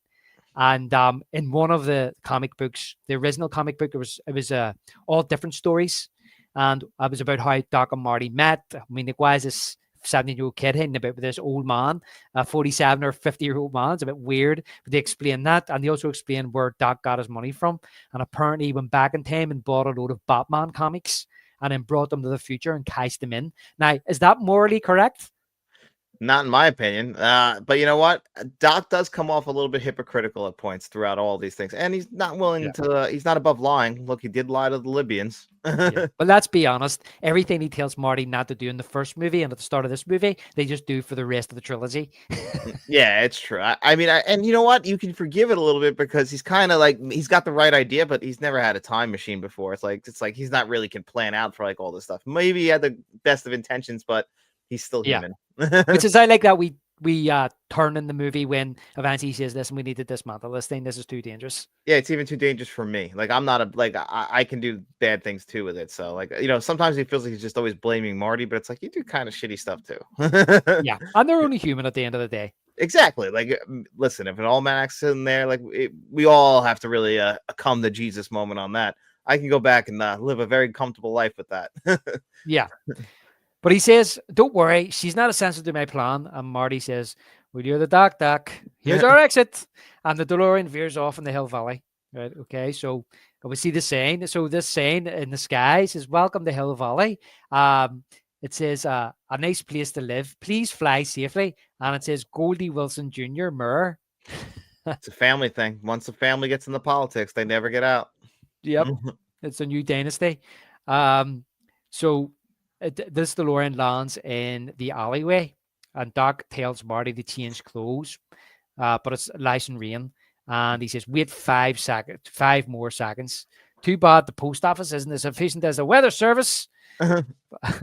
So I love this here. So Doc says to him, excuse to the skies, Marty. I was afraid you wouldn't recognize me. I went to a rejuvenation clinic, got an all-natural overhaul. They took out some wrinkles, did a hair repair, change of blood, added a good 30, 40 years to my life. They also replaced my spleen and colon. What do you think? I love that too. He looks exactly the same. Nice. I know. We'll see, when I was a kid, when he was pulling that off, I thought that he had, what was I think? I thought that he had put that was the surgery he had to fix his face. And when he peeled it off, his face looked better. That's what I thought it was. But then it wasn't until I was older I realized, no, he put that on because he says, "I'm afraid you wouldn't recognize me," to make himself look older. Yeah, I know. It's great because he made himself younger, so now he looks a little bit cleaner. It's hysterical, actually. Where the reality is, they just didn't want to put Christopher Lloyd through makeup every single day when they were making the movie, because they cast a younger man and made him look older. Yeah. In the first movie. That's true. That makes a lot of sense. Like, yeah, it probably saves them time, saves the money, and saves Christopher Lloyd time. Yeah, and then it explains how he's able to have this relationship with a younger woman in the second movie and live a full life. Yeah, which makes sense because Christopher Lloyd. How old is he here? He's got to be in his 40s, 50s. Probably late 40s, maybe early 50s. Yeah, because he always looked older. Like, you ever see him on Taxi? He looks old. Like, people just looked older back then. You ever see him in Cuckoo's Nest? Yeah, and I mean that's his first film. Yeah, it was like 1975. He looks about 50. They just, they smoked and drank too much back then. That's just all it was. Uh-huh. He's 87 now, so he was born what? And this movie is 36 years 36 old. now, so he was 51. 51. There you go. All right, so early 50s. He's Still looks 50s, pretty yeah. good. See what you said they're the smoking drunk too much back then. I should have said what in the penitentiary. I suppose it's because I fucking fight too much. What in the penitentiary? Oh, that's how I got into there in the first place. Now they're telling me over. Anyway, so yeah, so he's Marty says, "You look great, Doc." But Marty can't wait to check out the future. Doc tells him, "All in good time. We're on a tight schedule. No one should know too much about their own destiny." He's got a good point, except for him, like we said. He knows everybody's business. Yeah. Yeah. So Doc instructs him to put on the jacket and the shoes while he has a mission to accomplish, and he checks out Marty Jr. right on schedule. And in the meantime, Marty puts on the clothes with the power laces, and he tells Doc the jacket doesn't fit. Don't we all wish we had a jacket that could adjust for us? Yeah. Well, Spielberg said he would have loved the shoes with the power laces. They tried that. Like I remember in 2015. I don't think that tech's ever going to work correct. I think they brought out like a few promotional pairs to tie in with the anniversary, and Michael J. Fox would say Michael Jackson there. Michael J. Fox promoted it because all the money, the proceeds went to his Parkinson's charity. That's awesome. Yeah, I remember him wearing it on a talk show. Yeah. But I think they're very impractical. Yeah. Like a lot of things in the movie and about the future, it's it's like it's a cool concept, but we wouldn't really use it. No, definitely not.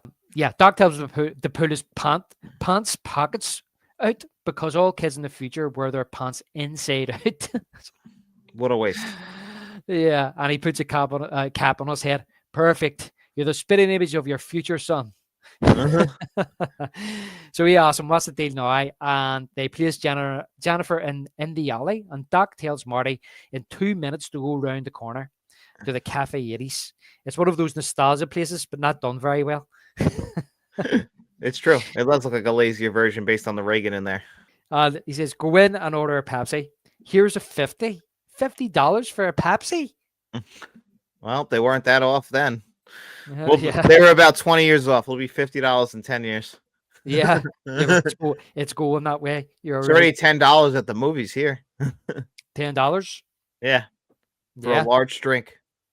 Oh yeah. Oh no, I think it's about that here. To be honest, John, I try not to buy it. I don't try not to buy from the actual cinema.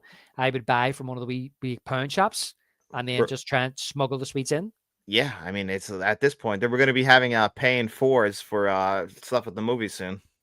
You want your popcorn soda? You can pay it over the month. Oh, great! Yeah, and then they wonder why people aren't going. Yeah, exactly. It's because I don't have the deed for my house to go put up as collateral to get food. Yeah, when I can stream it at home for next to nothing. Exactly. Don't even have to leave the house. But it's excuse me. And he says to wait for a guy named Griff. Griff's gonna ask you about tonight. Are you in or out? Tell him you are out. Whatever he says, whatever happens, say no. You're not interested. And Marty says, sorry. Doc says to him, don't talk to anyone. Don't touch anything. Don't do anything. Don't interact with anyone. And try not to look at anything. So he tells him all this. Like in the first movie, and then 5 minutes later, they're touching things, looking at things, talking to people. But anyway, so Marty says, I don't get it. I thought you said this had something to do with my kids. And Doc, have you noticed? He's not holding a newspaper. He pulls a newspaper out of nowhere. Yeah, it's because that's a grip just handed it to him. Yeah. It's like he pulled it out of his backside or a big long coat he's wearing. Maybe he pulled it out of the big long coat he's wearing. I mean, it's possible. That is a big loose coat. Yeah. And he says, look what happens to your son. So he's convicted within 2 hours to 15 years in the state penitentiary. I love this thing. The justice system works swiftly. In the future, now they've abolished all lawyers.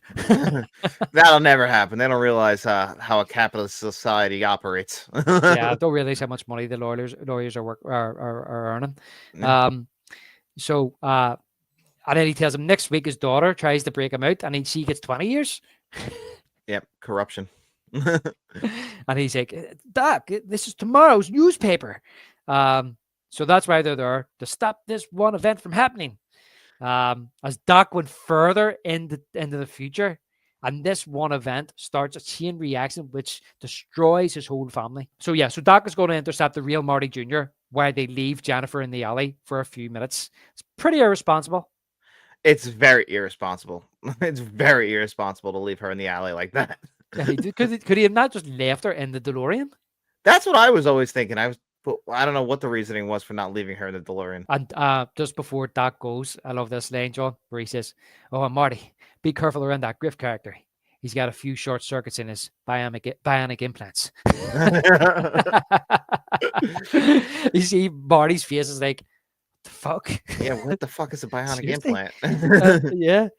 And you're sending me to go and speak to him? Okay. Excuse me. So Marty explores the future, John. Flying cars, there's glass in the clock tower, as I mentioned earlier, the pond, and then we see in the corner Jaws 19. This time it's really, really, really personal.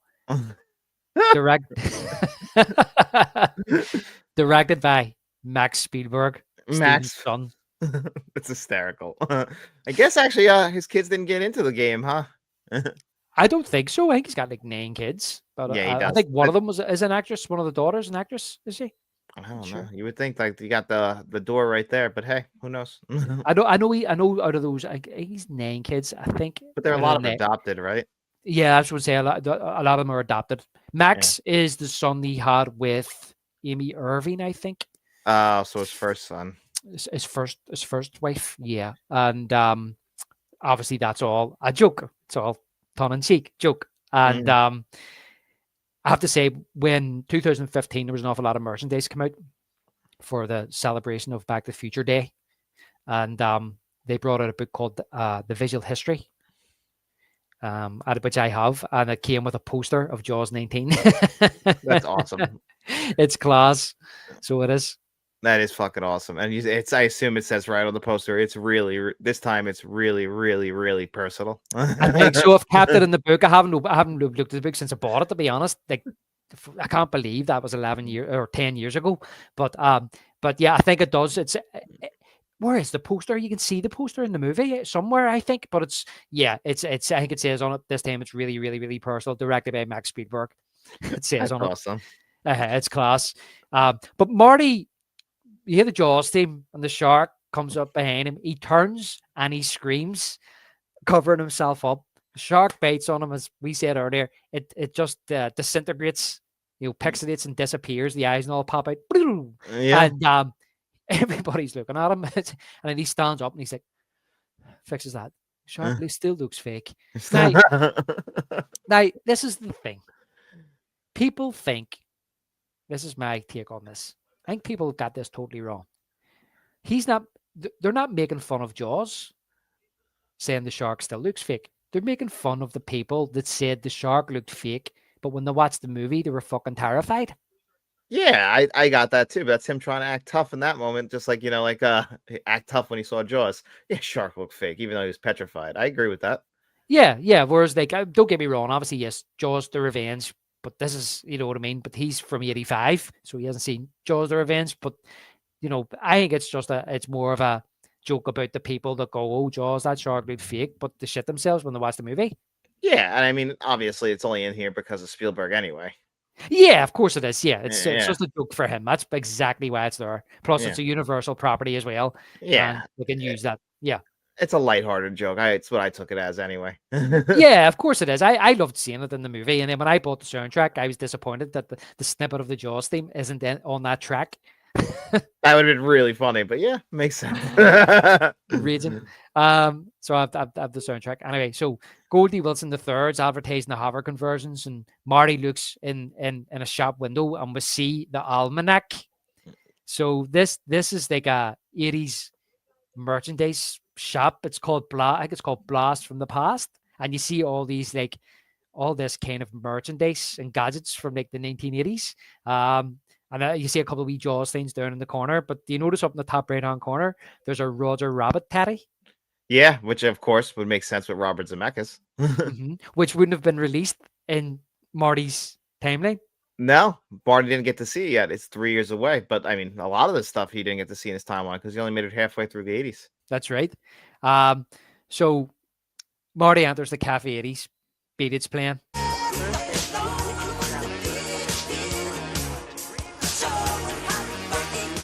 And I wrote it's an AI Michael Jackson, but you know, it's probably more, as you say, a computer graphics than an artificial intelligence. He's on a TV screen and he's taking a food order. BB beef. I love because that's like the mix. What was the thing? Rex something from the 80s, like the way that the face would move really quick and the quick edits and everything like that. I can't remember what he was. Some from MTV. In fact, the taste that stands the test. Yes. The test where New Coke takes on Pepsi. Cafe 80s, where it's always morning in America, even in the afternoon. Right. But that's kind of like what they're basing that off of. Like that's what the Reagans like and everything. I just can't remember what his name. Rex something. Right. Okay. And then Rex you kind Headsom or something like that. Did you kind of see that in Sledgehammer? Yes, that same stuff? kind of animation. Yeah. Yeah. But as you say, they have Ronald Reagan. He's looking to take Marty's order, but then the Iran leader comes on. I can't pronounce his name. Rala Kamini. He comes on and starts fighting with him. You must have the chicken special. There's like flames behind him, like he's in hell.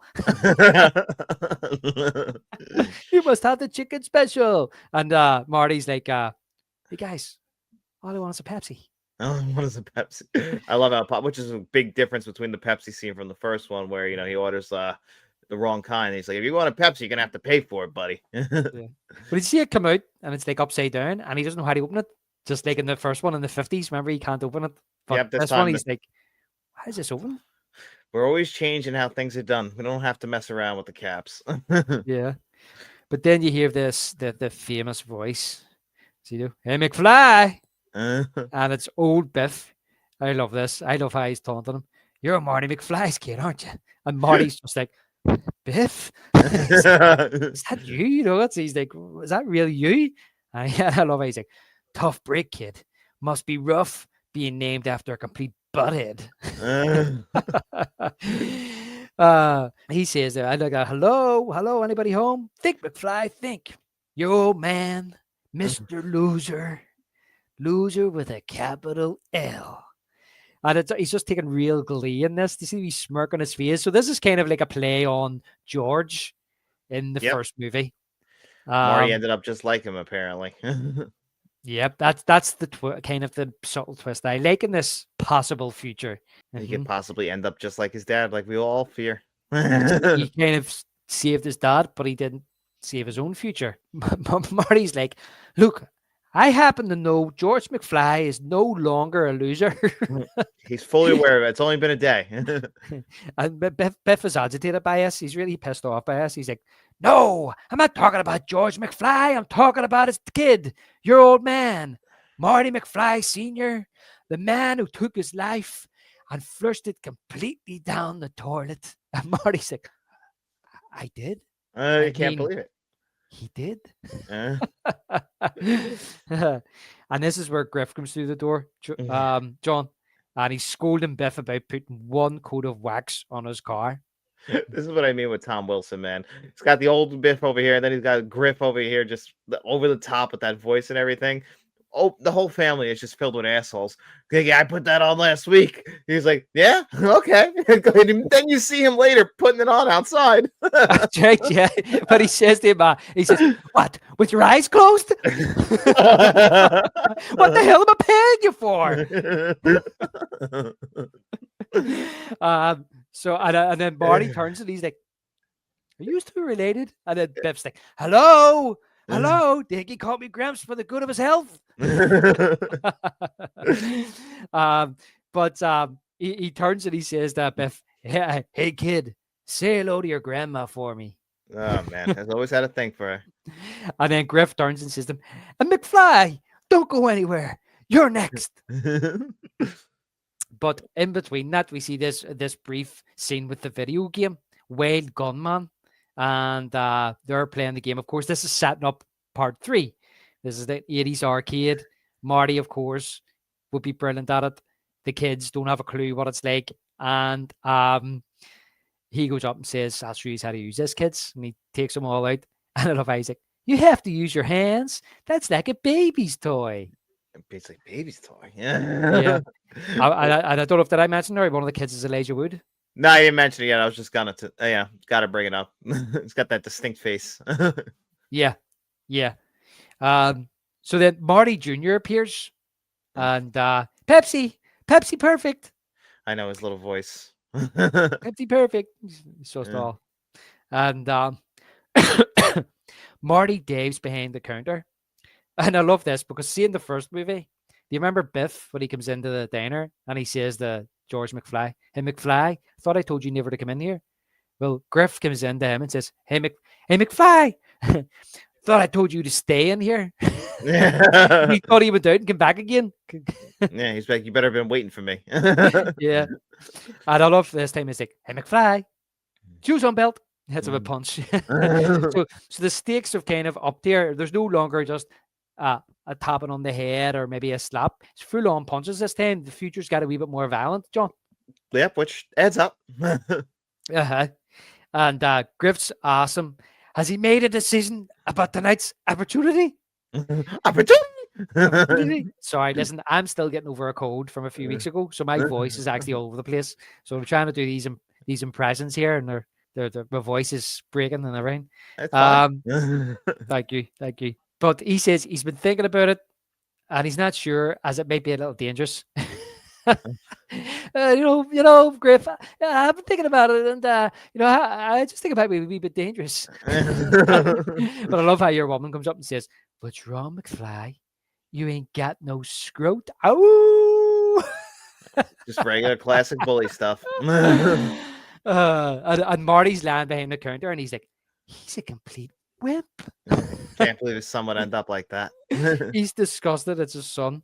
And then he says he should discuss it with his father. And I love this line, John, where they're like, "Your father? Wrong answer, McFly." They just start going off again. Yeah, they throw him over the counter.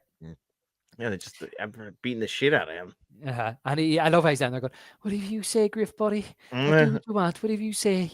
And Marty says to him, "Stay down and shut up." But he emerges and he jumps over the counter. And I like when you see when he stands up, you can tell Griff can kind of tell that something different about him. I don't know what it is. It's just not the same person. I mean, he got definitely.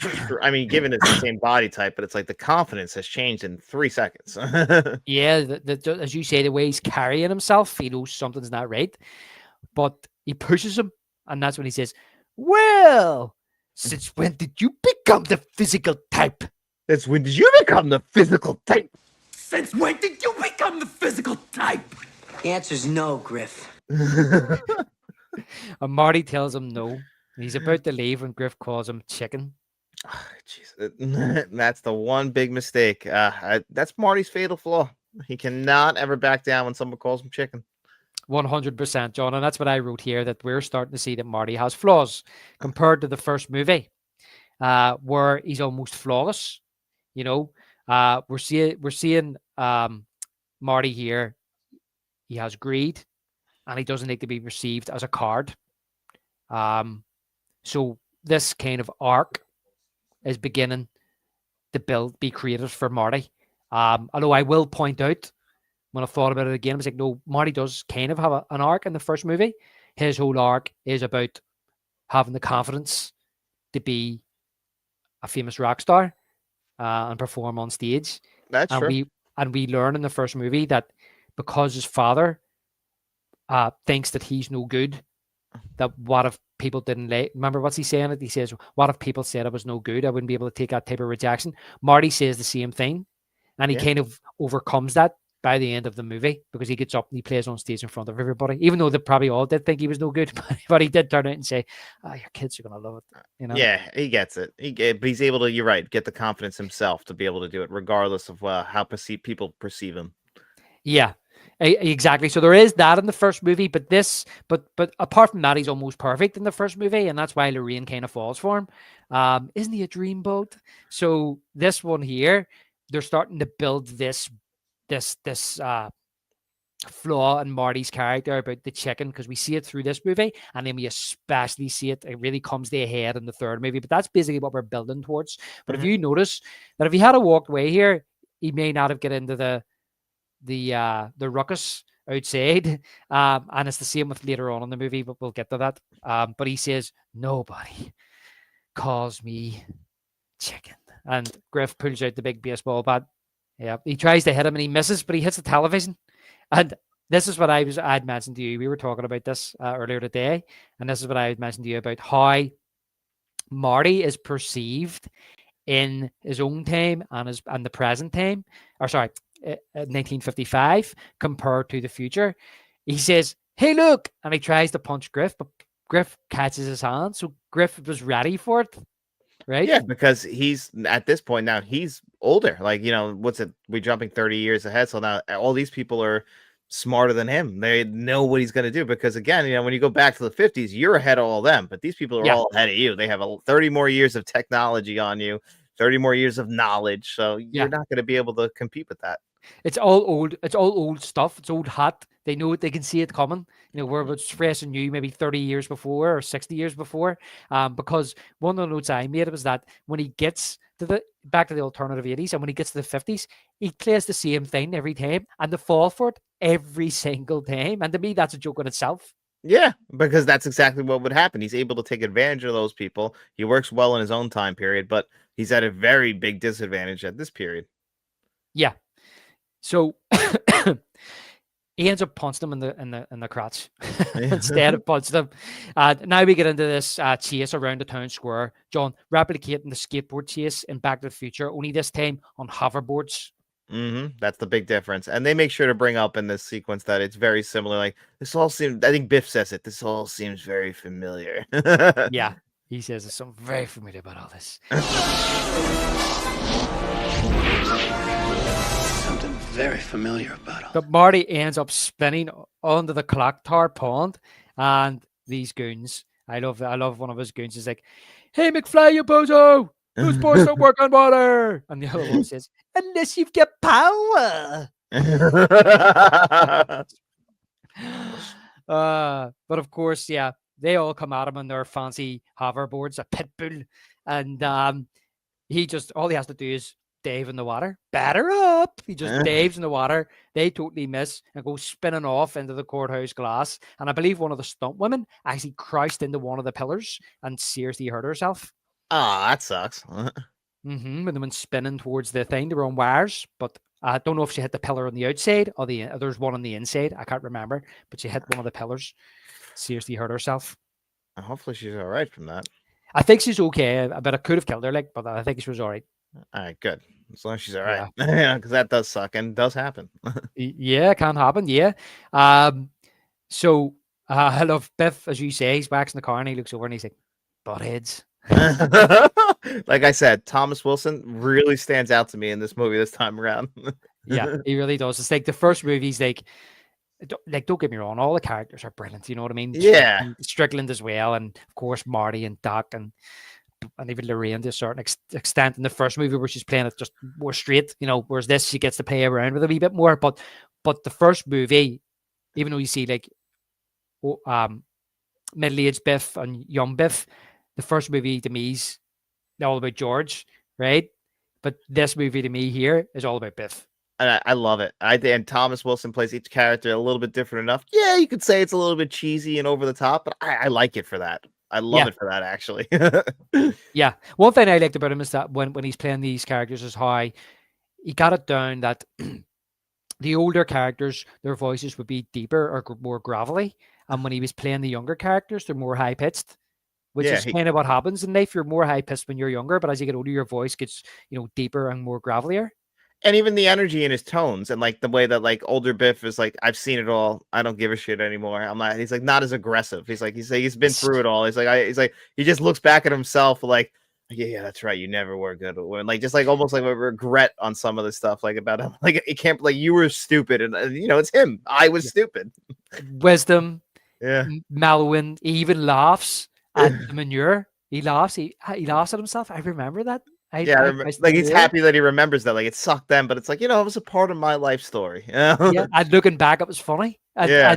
and even stuff down to the point where, as you say, and of course we'll touch on this as we go through the movie, but while it's fresh in our minds, like even correcting himself when he's getting the sayings wrong. Yeah, like leave. You make yourself sound like an idiot when you say it like that. Yeah, so you're right. And then when he plays the alternate Biff from 1945, he's angry, he's aggressive, but you see him kind of play that same character in different timelines. He's not angry, and he may be a wee bit aggressive in the original timeline, but obviously after he gets knocked out by George, he's softer and he's actually very camp for some reason. But it's the same character but different timelines, and there's all those differences because of the life he's led. Yeah, I think deep down in him, there's always a bit of bitterness, and that's kind of what it is, and that's what the older bit like. That's always like what is all his like family's generations. They're just bitter people, I think. Yeah, and I like later, but we'll see how that is. It makes me wonder. It's what I said to you, but we're talking earlier on about how I feel about Back to the Future 2 as a sequel, done all the right things. Whether or not people like it as a sequel or think it's just inferior to the original, which it is inferior to the original, but I think it's a great sequel. But what I like what it done was the story was fresh enough, new enough. It also took us in new directions, and it expanded the lore of Hill Valley, and it evolved the characters. And we also see, I like that how we also see a wee bit about Biff's background in this movie. Who are his parents? What kind of upbringing did he have? We find out he's living with his grandmother, who doesn't seem to be a very nice person. So that says a lot about Biff and his upbringing. Yeah, where he didn't have a father or mother around. Are they dead? Did they abandon him? Are they in prison? He's being raised by his grandmother. As I say, you hear her shouting from the house. She sounds like he calls her an old bag, and she sounds like one. Yeah, and but like the whole family, it's generational. Like, and that's one thing you can do with movies that go through different generations is you can see how the family's timeline is and how they continue to fall down the same exact traps or the same exact holes, rather. Yeah. So I like that about the sequel. It's it's doing new things. It's expanding the universe, giving us some familiarity about the original and giving us more, which is what I think all the best sequels do. I agree 100%. Yeah. So Marty comes up from the courthouse underground shops, jacket drying. I love that. Yeah. And then dries his hair and everything. And the little girl tells Marty to keep the hoverboard. Keep it. I got a pit bull now. And I'm surprised Doc allowed him to keep that. I know, after everything he said, but again, he kind of contradicts himself a bit. Maybe he thought it was a skateboard. Yeah, that's possibly too. He would, he grew up in the generation where Marty invented the skateboard. Yeah. So he might not even be too familiar with them. Maybe he thought you invented it. I can't tell you not to take it. Yeah, this really all stems from you anyway. Yeah, there's a lineage here. So then this old guy asks him for $100 to save the clock tower, and Marty pretty quickly he's like, "No thanks." It's like, yeah, $100 in 1985 is a hell of a lot of money. Yeah, that is a lot of money. That's still a lot of money in 2025. Yeah, and he's asking for it to save the clock tower in 2015. Yeah, no, that ain't happening. And that's where he sees the Cubs win the World Series against Miami. And the old guy says he wishes he could go back and put money on the Cubs at 100-1, which gives Marty an idea. Yeah, that's it. That's all it really took, because he saw the almanac earlier and he's like, this could work. Yeah, that's right. Just where you seen the almanac, mate. Yeah. Yeah, and actually, it's funny enough about this. The Cubs won the World Series in 2016, after I believe almost 100-year drought of not winning the World Series. Yeah. Well, that was the thing. I remember, like in around that period, where there were stories coming out about the things that Back to the Future creators got right. and they couldn't believe it. They put it in, as I say, as a joke, because Robert Zemeckis apparently is from Chicago, I think. Yeah, that makes sense. Yeah, and that it wouldn't. It's incredible that they actually got that right, and they got Miami right too. Miami at the time was not a franchise. Now the Miami Marlins exist. Yeah, there was a thing. It was either in 2015, but you say they won it in 2016. Maybe they were going strong in 2015, and there was like talk of them winning it. But they done this thing about what did they get right, and they were like, everything was just a joke, but done it as a joke. But yeah, we can't believe it predicted this, this, and this. The Cubs were cursed. Like that's what makes that even more impressive. Like the Cubs were like, there's people who were born and died without the Cubs ever winning a World Series, and they're one of the most popular franchises in all the sports. So it's like, for them to be like that cursed, and then eventually they win in 2016. It's funny that they got it right, because even in the 80s, it was like the Cubs can't win, and like, it still continued all the way on. It's kind of like Newcastle. Exactly. Newcastle, 70 years. Yep. All you guys are still luckier than me with the Jets, so you'll get there. Listen, I have 10 years on you. Yeah, we'll see. The Jets just traded about 3 of their best players today before the trade deadline, because we're 1-7 and the year's already a loss. Yeah, I know. I had feels it's bad crack. That's it. What is? That's happened. The Jets haven't made the playoffs since I started dating my wife 15 years ago. Do you think there's any correlation? I do, actually. I said that all. I've said it to her. I'm like, I wonder. I just want to see if we broke up for like a year and like see what happens. See what happens. What if they got to the playoffs again? Would you be like, listen, we're gonna have to break it off completely now? No, I would file. I would just send her the divorce papers. I'm like, you see, it's you. Fair enough. Yes, cut the Marty and the Blast from the Past store. I think that's what I called it earlier, Blast from the Past. Behind the Sports Almanac. And she says, it has a dust jacket, of course. This was before we had dust repellent paper. Still don't have that. I wish we did have that, because, I hate when my books get dusty, John. Dust is just a very unfortunate side effect of life. Yeah. Browning of paper and stuff. I hate it. I hate it too. It does give things an old-fashioned look, but it's more annoying than anything. The problem is that sometimes you can get that nice kind of old smell if you have but then there's other ones. Maybe if it comes from a home that's been heavy smokers or something, you get that smoke smell, and it's not very nice. I agree. My mother unfortunately loves that smell as a lifetime smoker that she is. Really? I just know from buying old books off eBay. Like, as I said, Back to the Future 2 out of print, if I went to buy that, it's like, oh, you're taking a risk. Taking a risk there. So you are. Now, if it came with matches with Biff's auto on it, that would be different. That changes everything. It does. So cut the Marty outside the shop. I can't lose, and Doc appears behind him. Biff sees this, and he's like, a flying DeLorean. I haven't seen one of those in 30 years. Now, I have a funny story about this. Oh, I'll say this part first. Marty Jr. runs into him, and he sees Marty and Doc at the DeLorean, and he looks at Marty Jr. running across the road. Hey, I'm walking here. And he's like, what the hell? 2 of them? So anybody who doesn't know, I'm from Belfast in Ireland, right? Where the DeLorean was built. And it's literally built just across from me here, not too far away. You can walk it. And they have a DeLorean show here, like nearly every year. So they do, where people travel in their DeLoreans, and you can go and you can see them. And especially if it's a big anniversary, they'll have a big DeLorean show. And I was working in Belfast City Centre one day, a load of years ago, and I'm walking home with my work colleague, and we're walking up the road towards our houses, and I look around and at the lights, and there's a DeLorean sitting, and I went, "Fuck me, look, there's a DeLorean," and he looked, and then it drove off, and as I was driving up the road, and I'm admiring this DeLorean, another one passes me. And I turned as quick as that. I turned and I went to him, what the hell? Oh, that's perfect timing. But this is the kicker, John. He just looked at me and I went, he didn't laugh or nothing. I went, Back to the Future 2. And he went, I'm not really familiar with it. I was just like, that the perfect timing for a joke. if one of them ones, do you make the best joke in the world, but there's nobody there to see it? I know. Well, I mean, I'm sure you have this in your everyday life. We're the weird ones for watching all these movies. I over and over and over again. Yeah, knowing these lines. We're the Yeah. strange ones, not them. Yeah, oh, that's true. Totally wasted. The best about it was this fella who I work with. He was a big movie fan, you know what I mean? But he just wasn't a big Back to the Future fan. I think he'd seen them, but that was the thing. He was a movie fan. But I just thought, Jesus Christ, that was the best joke I've ever made in my life. You know, and nobody is ever going to be here to see it.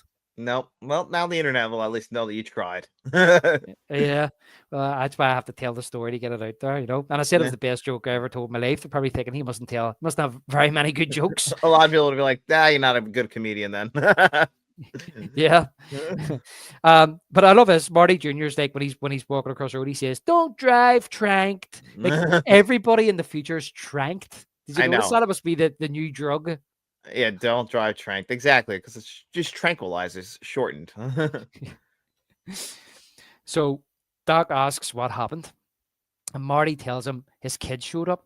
Doc says because he used the sleep inducer on Jennifer, there wasn't enough to knock him out for the full hour. So I love how you see Biff there. He's kind of like shuffling across in the background. But the newspaper changes, and Doc concludes that because of today's events, Biff goes to jail and his son stays at home, thus not taking part in tonight's robbery.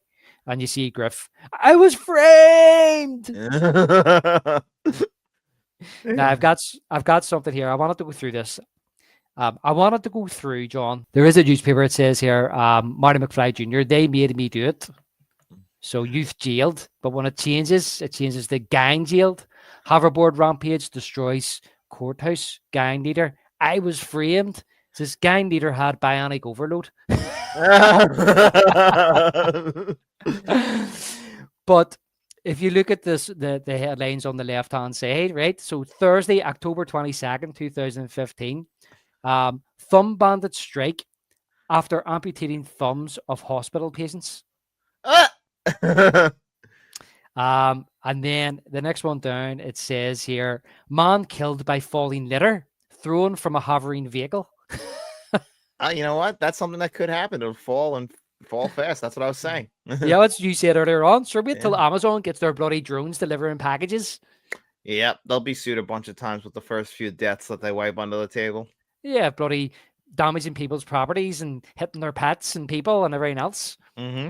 I mean, well, we haven't worked out the kinks yet. Yeah, okay. Yeah.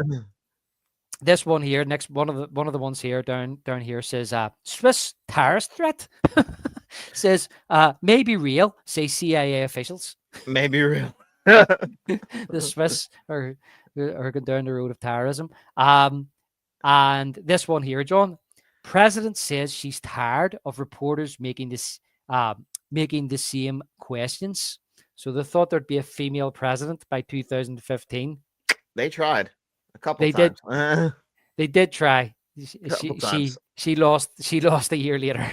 Yep, exactly. She did. Mrs. Clinton lost. Now, this is really weird.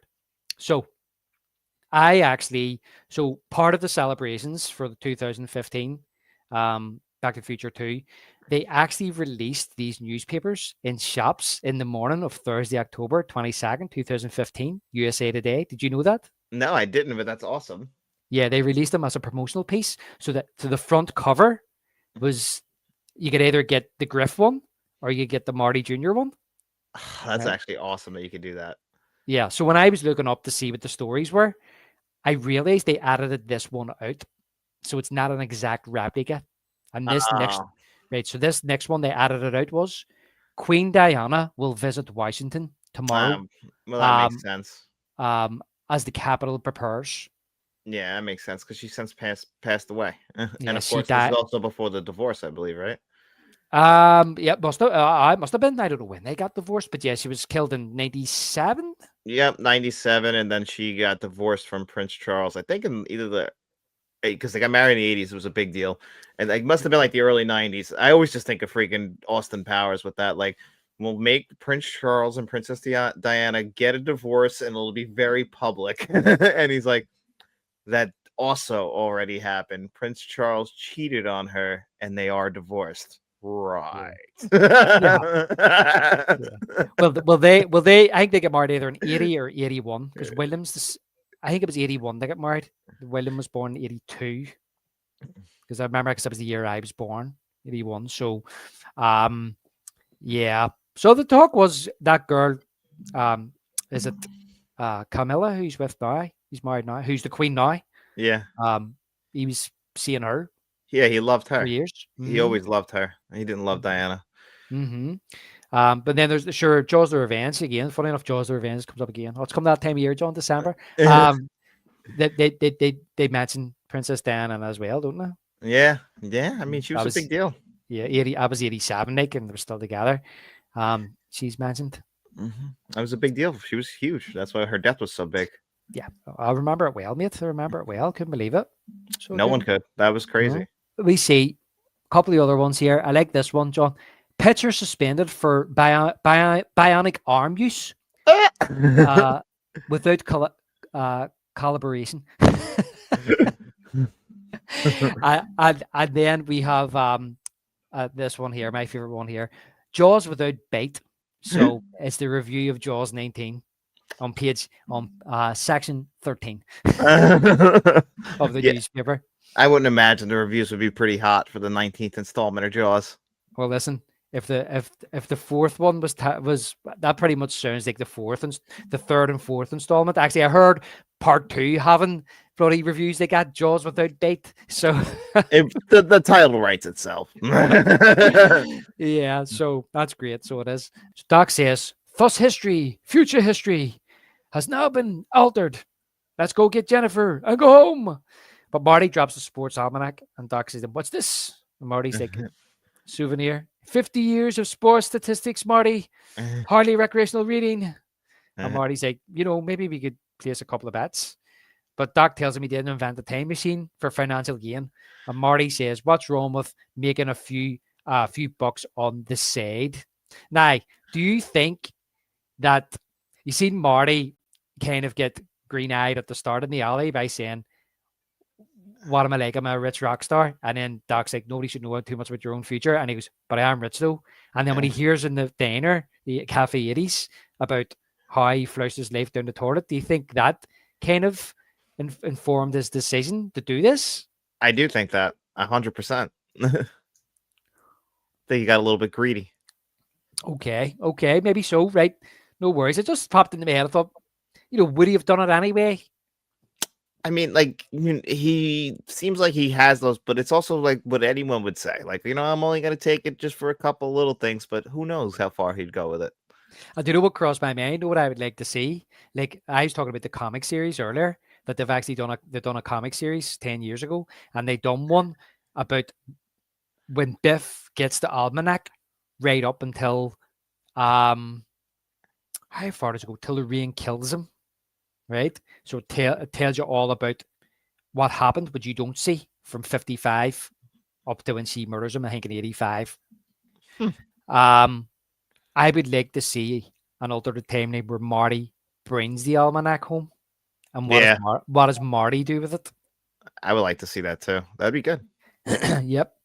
But Doc says, "I am going to put this in the trash." But then they see Jennifer getting getting picked up by the cops. I love how the one of the cops says, or Jones says, 47, that's a hell of a good facelift. And they're going to take her to her future home. But Doc explains if she sees her future self, it could be disastrous, creating a time paradox that could cause a chain reaction that would unravel the very fabric of the space-time continuum and destroy the entire universe. He says, granted, that's a worst-case scenario. The destruction might, in fact, be very localized, limited merely to our own galaxy. That's it. Worst case. It's the worst case. Marty's like, well, that's a relief. I love how Doc's like, I sure hope we find Jennifer before she finds herself. Yeah, that's true. And that's what he says. I didn't invent the time machine to win at gambling. I invented the time machine to travel through time. Yeah, exactly. What are you doing then? Yeah. So Biff emerges from the doorway. So he's been listening the whole time. And he's Mhm. like, so Doc Brown invented a time machine. He lifts the almanac. So menacingly. Yeah, and that evil music's on. So the cops arrive at the McFly household. Hilldale, nothing but a breeding ground for Tranks, Lobos, and Zipheads. I love that line. Tranks, Lobos, and Zipheads. Just the worst of the worst, the scum. The scum of the earth. And the other one says, yeah, they ought to tear this whole place down. Yeah, exactly. Well, look what happened. Ransacked the place. Yeah, and Jennifer, they say, be careful in the future, and it jogs Jennifer's memory. And she's like, the future? The future? Like, oh yeah, I'm in the future. She just starts to remember, and she gets up and I love this when she looks at the picture, and she's like, I get married in the chapel of love? I gotta get out of here. Like, that's it. That sets it off. Like, oh my God, that's my life. And that's the whole thing too, isn't it? It's kind of like the first movie, where you see that it's parallel in the first movie when you see George and Lorraine as young kids and their aspirations and their dreams, and you see them in the original 85 timeline, and it's not what any of them anticipated. And it's the same with Jennifer and Marty being young and in love and looking forward to the future. They're now seeing that their future is not what they wanted to be or anticipated to be. No, and that's a shame, and it happens. It happens to the majority of people, I think. I would say, yeah, that's the more likely outcome. Yeah. So you hear the girl upstairs saying, "Mom, is that you?" But Jennifer Hades and Marley McFly, played by Michael J. Fox, comes down the stairs and she answers the door. Michael J. Fox is a woman. Yeah. Does a good job. Great actress. Megan Fox. Megan, should it? I know.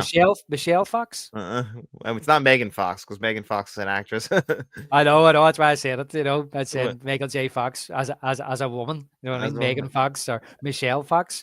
And it's Grandma Lorraine and Grandma George at the door, and she's brought pizza for everyone. Yeah. Grandma Lorraine. Yeah. And it looks like such a little amount. Oh, that's too much. Like, I like the joke about hydrating a pizza. Yeah, I can't wait for that bit. I love. There's a line in that I love. So meanwhile, Doc and Marty are traveling towards their destination. Doc thinks a taxi cab is following them. Weird. And we cut back to the McFlys. Grandma Lorraine is giving us exposition about Marty's past. Marlene says she's saying about the scenery screen is broke, and I'm here starting to see the World Trade Centers on one of them scenery screens. Yeah, I'm pretty sure. I think you're right on that. Mm-hmm. But Marlene says, when the scene screen repairman called Daddy a chicken, Daddy threw him out of the house, and now we can't get anybody to fix it. And Lorraine says, "Oh, we've heard it our whole lives. Mom, I can't let them think I'm chicken." It's George is going, well, he's right. He's right. And they mentioned about 30 years ago about Marty ending up in that automobile accident. So Jennifer's hiding, she's eavesdropping about all this future history, as Doc calls it. So Marty and Doc arrive in the DeLorean, and Marty's saying, "I don't believe it. I live in Hilldale. This is great. Way to go, McFly." After the cops saying it's a crap hole. Yeah, he doesn't realize though. It's got to go downhill. Probably went downhill when he moved in. Of course, he probably got a good deal on that. Yeah. So Doc instructs Marty to stay while he goes gets Jennifer and to change clothes. He can't risk him running into his other self. But Biff pulls up on a taxi, $174.50. Yeah, these prices are ridiculous. Although Uber, I guess, depending where you come from, probably could get that high. Yeah, I get the feeling that Hilldale is a fair bit out of Hill Valley. Yeah, it's on the outskirts, I would say. It's a suburban neighborhood that they built, I would say, a little bit away from like the main hub. Yeah, because they talked about how it'll take us a while to get there, and the skyway's jammed, it'll be dark by the time we get there. So, yeah, it sounds like it's a fair bit out. So that's probably why, apart from the inflation, that's probably why it's so expensive. Back at the McFly house, Lorraine is still going on about Marty's accent, and she says she thinks the only reason why Jennifer married him is because she felt sorry for him, which is the original reason why she married George. Which is not a good thing. So they've kind of flipped the reversed roles here, reversed lives. Yeah, and that's not a good thing. And then Marty Jr. passes, "Hey, Mom, nice pants." Has no idea who that is, just knows the body, though, which is weird. Yeah. So Marty arrives home, and he's like, "Hey, Dad's home." You hear the hymnal, "King of the castle, Lord of the manor." He's like, nobody cares. He comes in, he's like, "Hey, I'm here. Hey, No. hey." And, like, nobody greets him when he comes through the door. No, only the home system cared, and he programmed it that way. Yeah, and then as usual, he comes in and looks at the heating. Damn kids. Yeah. Lithium mode on. So outside, Marty sees a flying gadget walking a dog, which I think I need one of them. I know, that's not a bad idea. Yeah. So he wanders off, leaving the DeLorean, and Biff takes his opportunity to steal the time machine. And we know where he's going. So Grandma Lorraine puts the pizza in a Black & Decker hydrator. Hydrates it. So I love this. This is the line I love. I know Marty what line it is, too, because I love Marty, it, too. Marty says, Oh boy, Mom, you sure can hydrate a pizza. Like, that's some effort that you put in. it's really difficult. You sure can hydrate a pizza. And Lorraine says she's worried about Jennifer. Why isn't she home yet? Marty says she should have been home hours ago. It's hard keeping track of her these days. So do you think, is Jennifer having an affair? I think that's what they're implying by saying that. It's hard to keep track of her these days. They don't seem like they have a very good relationship right now. And they never fully explain where she is and why she's not home with everybody else.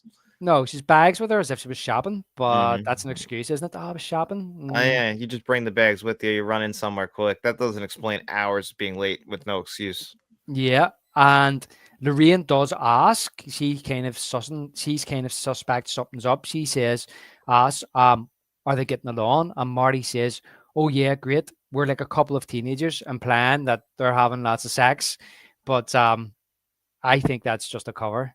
Oh yeah, what else are you gonna say? Especially in front of the kids. Yeah. So this is where Needles calls, John. And I think is this the first we ever see Needles? Yeah, I always wondered, like, she reacts like Needles, like they get somebody they grew up with, but like I'm like always wondering, did we see him before this? Well, this to me is like Needles is like Marty's Biff. That's like his arch nemesis, because when you see like the McFlys throughout the years, they have an antagonist, and in the first movie, I don't think Needles is in the first movie. We don't really see him being antagonized by someone. So to me, I mean, I don't think he is a Tannen, but he is an antagonist for Marty. I think so, because he's pressuring him. Yeah. Yeah. And really, I love how this immediately falls apart. Yeah, well, it goes back to that whole chicken thing. Are you chicken, McFly? I bet you won't do this. And of course, against Marty's initial instincts, he does what Needles taunts him into doing. I don't know what they're up to here. I don't know what this is about, but he puts the card in, and then his manager comes on, and he gets fired. I know, right away. You are fired, McFly. Yeah, you're terminated. Is that right? He says, "Oh no, I didn't mean to do it. Oh, it was a stitch up. It was a stitch up. I was monitoring that interface you just made." So yeah, he gets fired. There's no need to spend too much time on that. We've seen there. It's not one of my favorite scenes, but I say young Jennifer, but she's hiding in the closet watching this.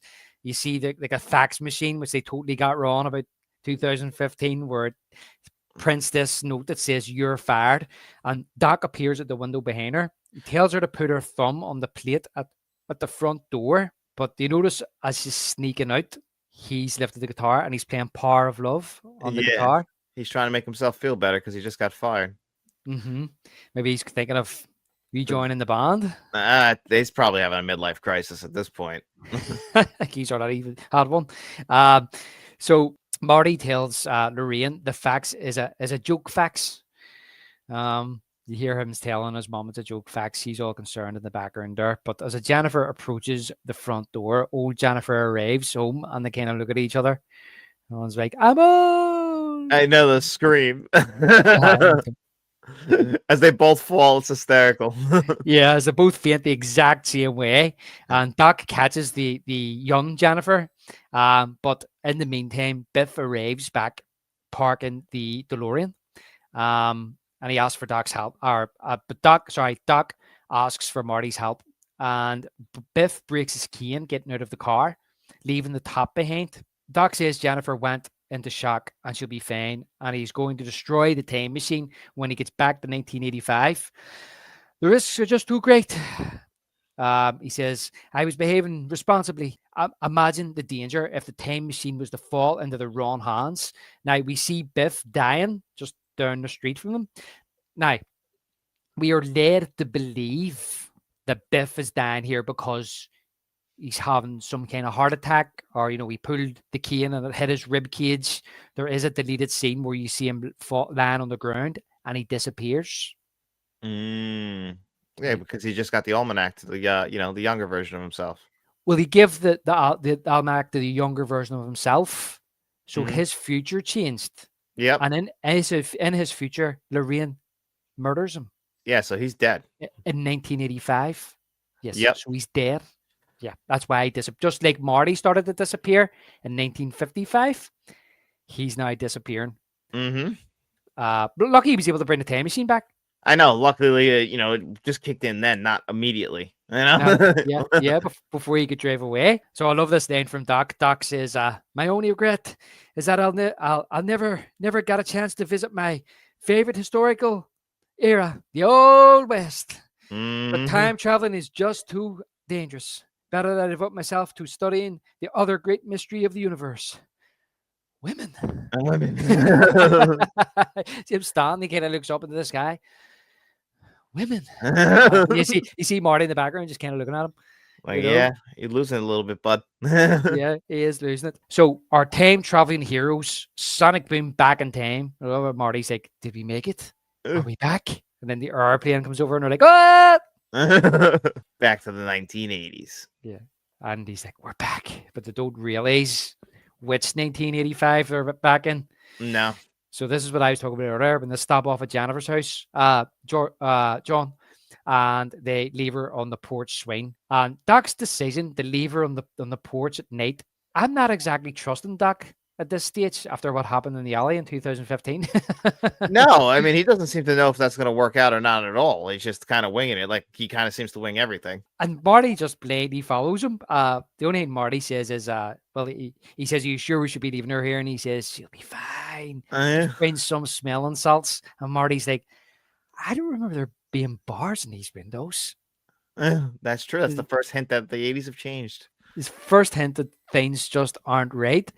But then Doc drops Marty off, and there's graffiti on the Lands Estate entrance over the entrance. Again, yeah, that should be another tip. Yeah, they're just oblivious to everything that's going on. And Doc drops him off, and he says, if you need me, I'll be in my lab dismantling this thing. So Marty's gate's locked again. Another thing that's just off. And he jumps over and he goes through the bedroom window. This is one of my favorite scenes in the whole movie. The kids in the room start screaming hysterically, and Marty's like, wait, what are you doing in my room? And then the dad comes in with the baseball bat. Freeze, sucker! Marty's like, hey, it's okay. I don't want any trouble. And he's like, you got trouble, you piece of trash. Yeah, he's coming after him. But you know what? You shouldn't be in someone else's house. Yeah, but he doesn't realize. He doesn't. He thinks it's his own. No, but he's like, I'm just in the wrong house. And he says, you get that right, you little son of a bitch. But Marty's like, hey, look, I made a mistake. And I love when he says, damn right, you made a mistake. Yeah. So Marty runs out of the house, and that's when he comes running out behind him, and he's like, you keep running, sucker, and you tell that realty company we ain't selling, you hear? We ain't gonna be terrorized. Which is another hint about what's going on in the neighborhood. Yeah, 100%. And so he's Marty's runs. He sees the destruction of Hill Valley, and we can hear gunshots, screaming. We see the chalk lines on the floor from murder victims. Cop cars pass, and he's like, "It's got to be the wrong year." This actually reminds me of 2025, John. Yeah, it's a little bit more. They were just a little bit behind, but yeah, it's falling apart, and it's funny because we'll see why pretty soon. Yeah, yeah, and so I love this. He stops at a house and picks up the newspaper, October 26th, 1985, and that's when we hear a gun cocking. Drop it. So you're the son of a bitch that's been stealing my newspapers. Mr. Strickland! It's me, sir! It's Marty! Who? Marty McFly, sir! Marty McFly! You know me from school, sir! It's funny. I was like, Strickland says to him, I've never seen you before in my life, but you looked at me like a slacker. Of course. Yeah, and he admits it too. He says, yes, that's right. That's right. I am a slacker. You don't remember? Don't you remember? You gave me detention last week. And Strickland says, last week the school burnt down 6 years ago. They haven't rebuilt a school. Like he pauses the burning school in the background, but that's what he says. We've got exactly 3 seconds to get off my property with your nuts intact. And he says, I just want to know what the hell's going on here. And he's like, 1, please, Mr. Strickland. 2, so nobody does that. But that's when the car comes around the corner and you hear the "Hey Strickland," and they shoot the house up. But I love how he comes running out. And he's screaming, "Eat lead, slackers!" Yep, yeah, he's willing to fight. He hates slackers. That's one thing that's a through line. Yeah. So Marty, this is where Marty goes into Hill Valley, John, and it's a hellhole. And the courthouse has been turned into Biff Tannen pleasure paradise, a casino and hotel. And it also has a Biff museum. And this is where we learn, and Marty learns, about Hill Valley's #1 citizen and America's greatest living folk hero, the one and only Biff Tannen. I love the narration. He's like, of course, we've all heard the legend, but who is the man? He became a millionaire on his 21st birthday. He went on a winning streak, which earned him the nickname the luckiest man on earth. He created an empire called Biffco. In 1979, he lobbied to legalize gambling, turned Hill Valley's dilapidated courthouse into a casino hotel, and then in 1973, he married his high school sweetheart, Lorraine Baines McFly. Third time's a charm. Third time's a charm. I love that. I love the pictures and all of him with the different women. Like he's with Marilyn Monroe and all, and he's like, yeah. Like I said, the best part of this movie is Tom Wilson, and it's all right here in the 80s Biff, which did you read up in your research is based on Donald Trump? Yeah, that's right. Bob Gale admitted that this version of Biff was based on Donald Trump. And it makes sense in the 80s because of Donald Trump. The hotels that he had around the country, including the ones in Atlantic City, like always kind of had that very look to this kind of way. Yeah, and the casino and the fact that like it says Biff Tannen's Pleasure Paradise, where like Trump had his name everywhere as well. And his fucking face, yeah. Had his face. But I was kind of looking, even though like the 1985 Biff did kind of have the blonde hair, but if you look at his hairstyle as this Biff, especially from behind, because I was watching that scene again earlier when he was showing Marty the almanac, and see from behind, it looks exactly like Trump's hair. It does. So yeah, he based it on Donald Trump, but yeah, it's brilliant, and like the museum, it's got his car sitting there as well. Of course, I mean he loved that car. He loved that car. He did, and like there's like a waxworks of like a wax dummy of Biff, and Marty kind of like knocks it out of the way. But then his 3 goons come up to him and say, son, we could do this the easy. No, he starts screaming. That's what it is. He's like, when he sees his mum kissing Biff on the TV, he's like, no. And he runs into Biff's goons, and they're kind of like, we can do this the easy way or the hard way. And he's like, and they hit him over the head. Boom, the easy way. It's easy for them. Easy for them. I would have hated to see the hard way. So Marty awakes in bed, and again, another callback to the original. Thinks he's had a terrible nightmare, and he's told he's safe and sound now on the good old 27th floor. And Marty wakes, and that's when he says, You're so big. Lorraine's got a big boob job. Yep. It's very obvious. Very obvious. And we hear Biff shouting, Lorraine! And she says, oh my God, it's your father? And Marty's like, my father? And I love when he comes through the door and he's like, you're supposed to be in Switzerland, you little son of a bitch. So Biff and Lorraine argue, John, over Marty. And Biff says, all the money in the world wouldn't do jack shit for that lazy bum. Look at him. He's a butthead. Just like his old man was. And Lorraine says, don't you dare speak that way about George. You're not even half the man he was. Yep. To which Biff pushes Lorraine and Marty goes to defend her. And he's restrained by his goons and he punches Marty in the solar plexus. And at that, Lorraine tells him that she's leaving. But Biff threatens to cut her off and her kids. I like this line because my name's David. Your idiot son, Dave.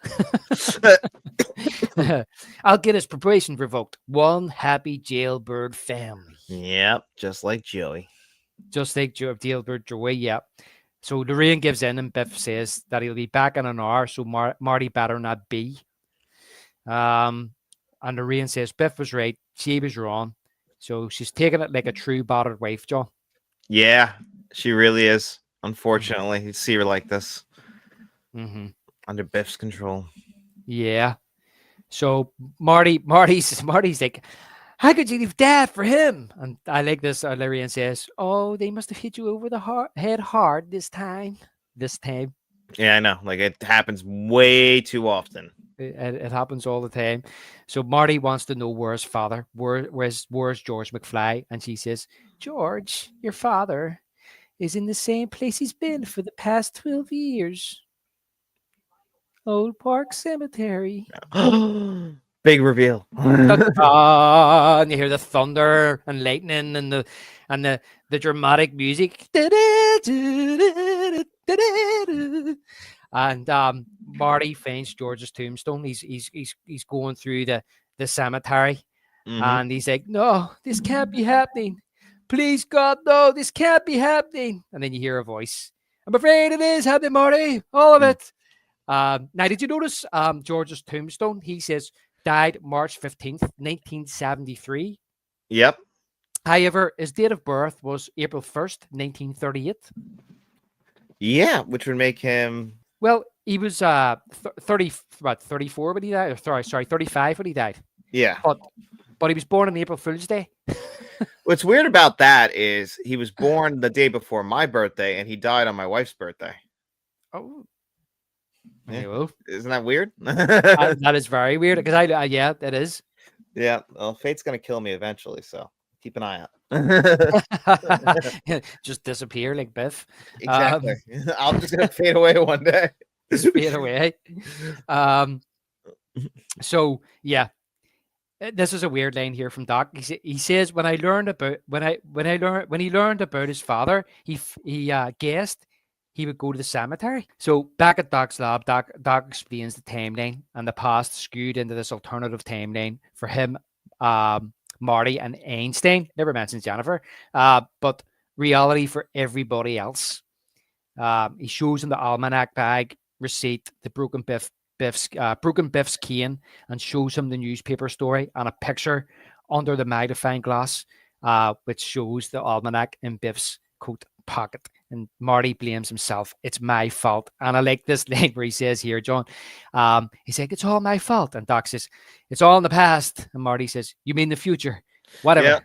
Yeah, whatever. Yeah, whatever it is, really, at this point. Yeah.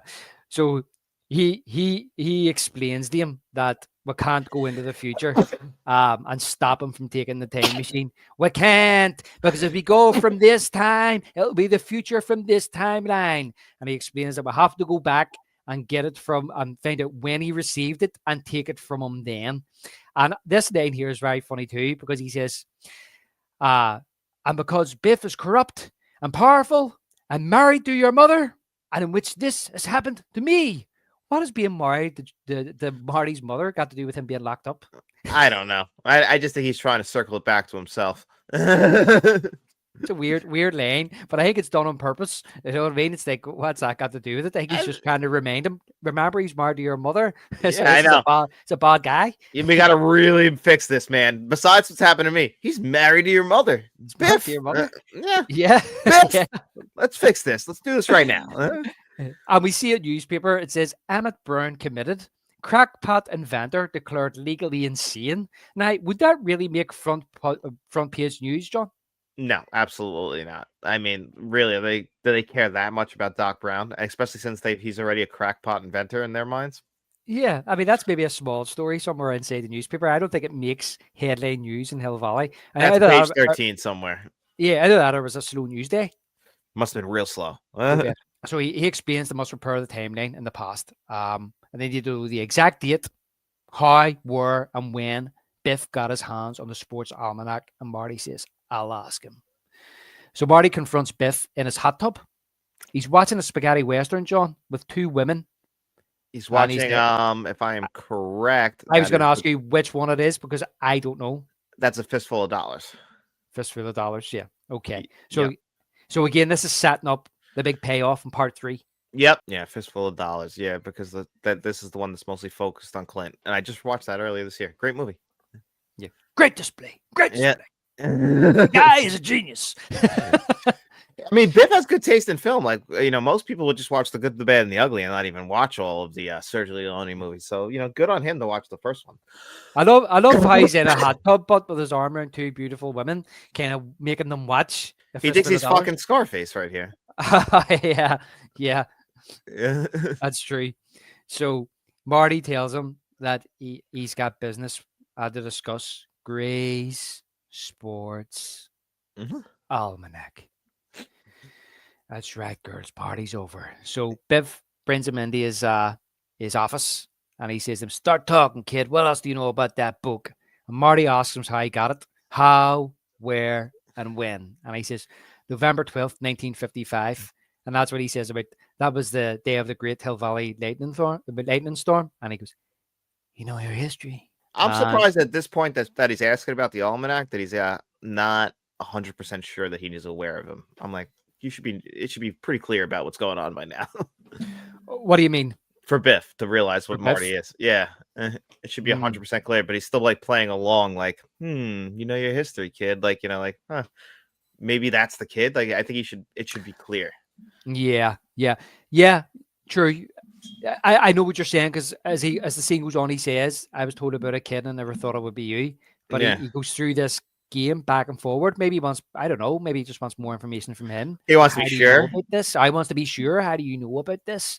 And it's and Marty's not a stranger to him, by the way. You got to remember that at this stage, Marty's not a stranger. He married Lorraine in 1973. Yeah, after George was murdered.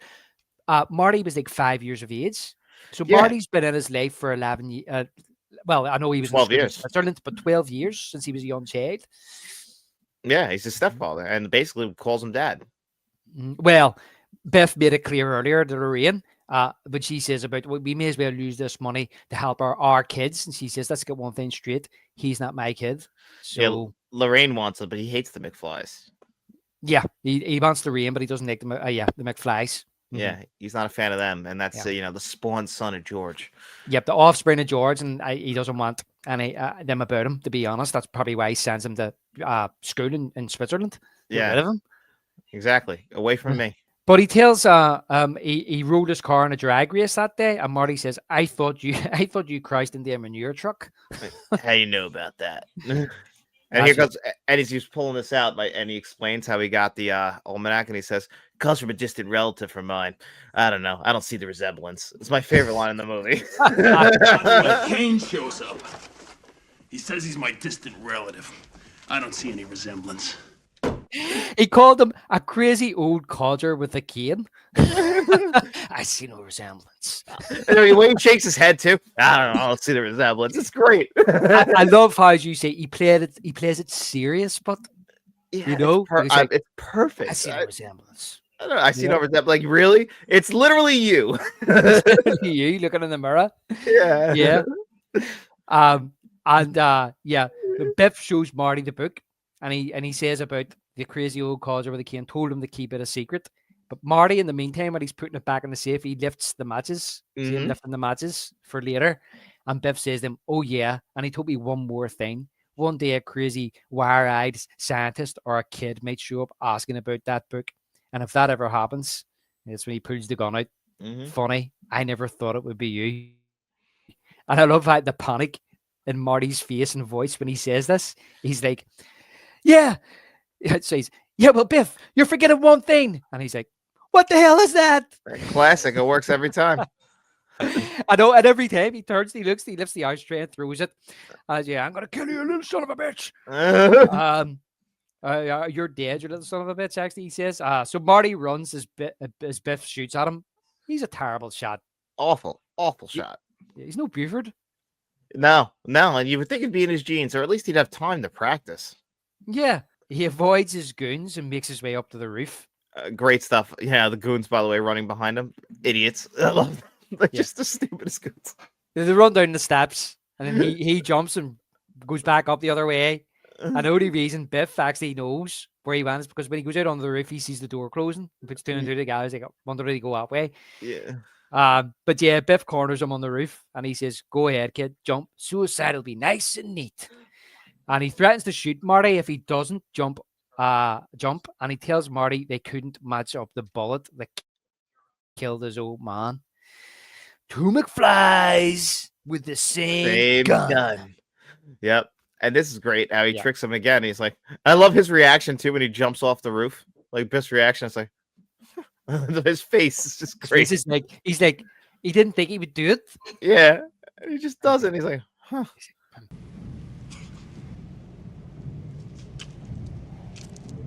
Idiot. Now here's a question. Did Marty just die? I can see why you would think that, but I don't think so. I think this is like exactly as the movie has it happen. Now, there is a theory that Marty dies multiple times throughout this series. And really? This was one of the times he died. And the reason we don't see it is because Doc finds out he died and goes back in time to save him from falling down. That's why he jumps under the DeLorean.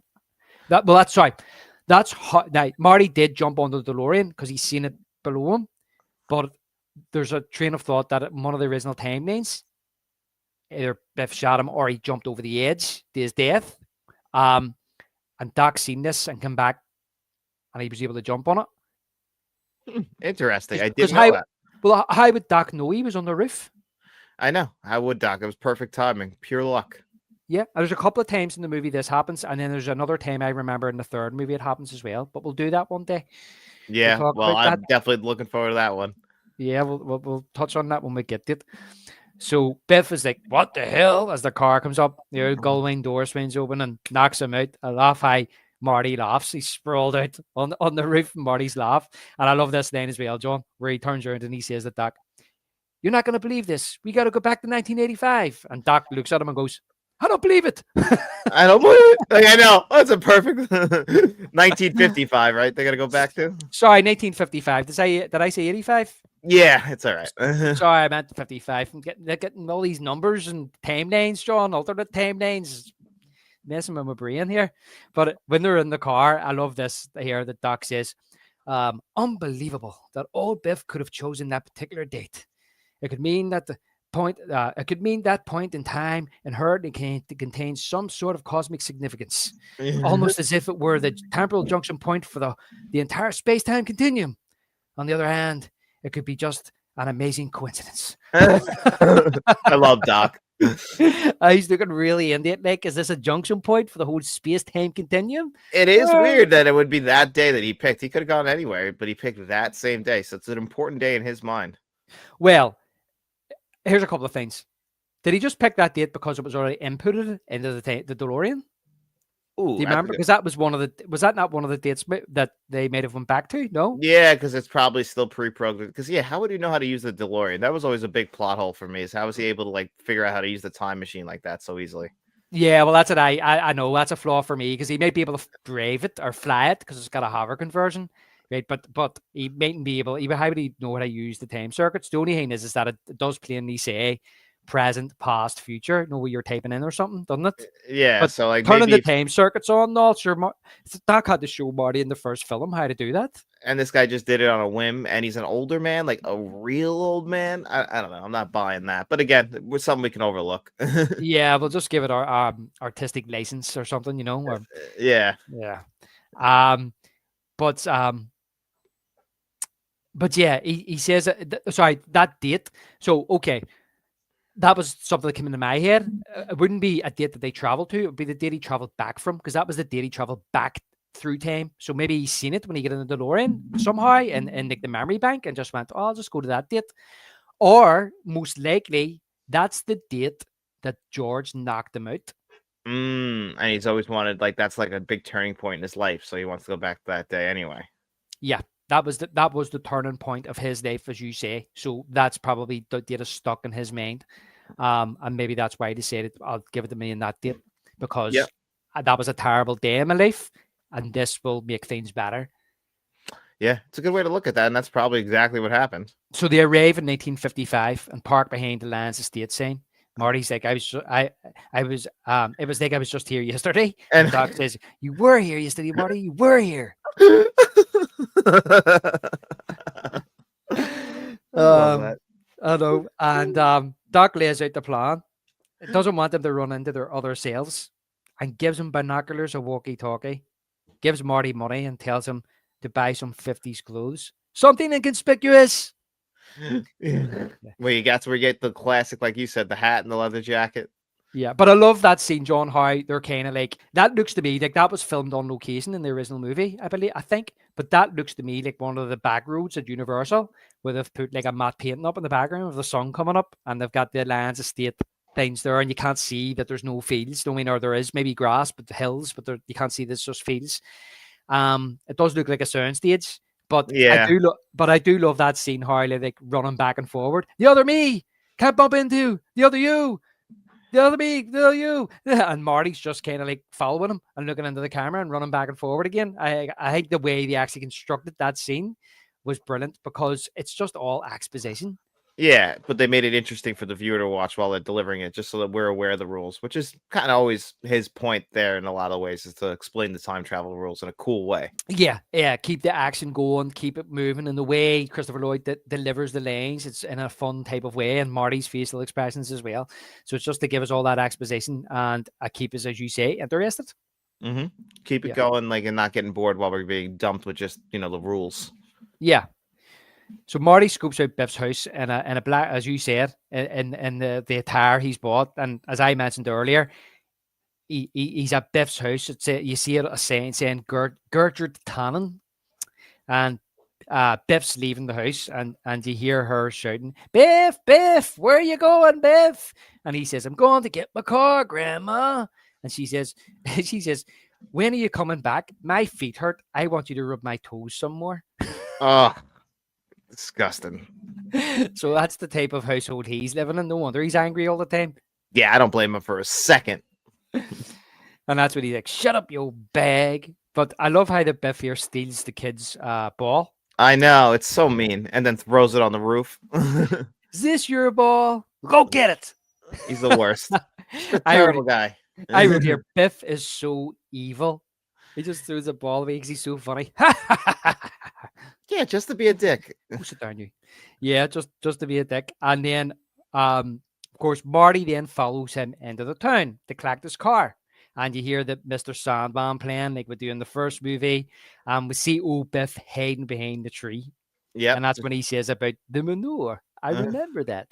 He looks right into the camera as he says that too, which I like. Yeah. Terry, the mechanic, you know who he is? No. He is the voice of Roger Rabbit. Oh, really? Yep. I didn't know that. So that's pretty cool. They got him, I guess, because, hey, Robert Zemeckis. Robert Zemeckis, yep. And he's also in Nightmare on Elm Street as well. Oh, that's awesome. Yeah. Now, here's a question for you, John, before we go any further. So, at this period of the movie, when old Biff is there are 4 DeLoreans in Hill Valley at this particular time. Can you name them all? Ooh, I haven't thought about that. actually, because It's the only time in the whole series where we have 4 DeLoreans in Hill Valley. Yeah, I didn't think about that. Obviously, you got the one from the first one that's hidden. Yep. The one they just came in on. Yep. The other 2 I'd have a hard time with. You're gonna have to tell me. Wait, well, the one Biff arrived in. Oh, Biff's. That's right. He's old man Biff's there, so that's 3. So then that's where's the 3. 4th one coming from? It's the one buried in the canyon Yes, that they have to find and dig up. in the 3rd movie.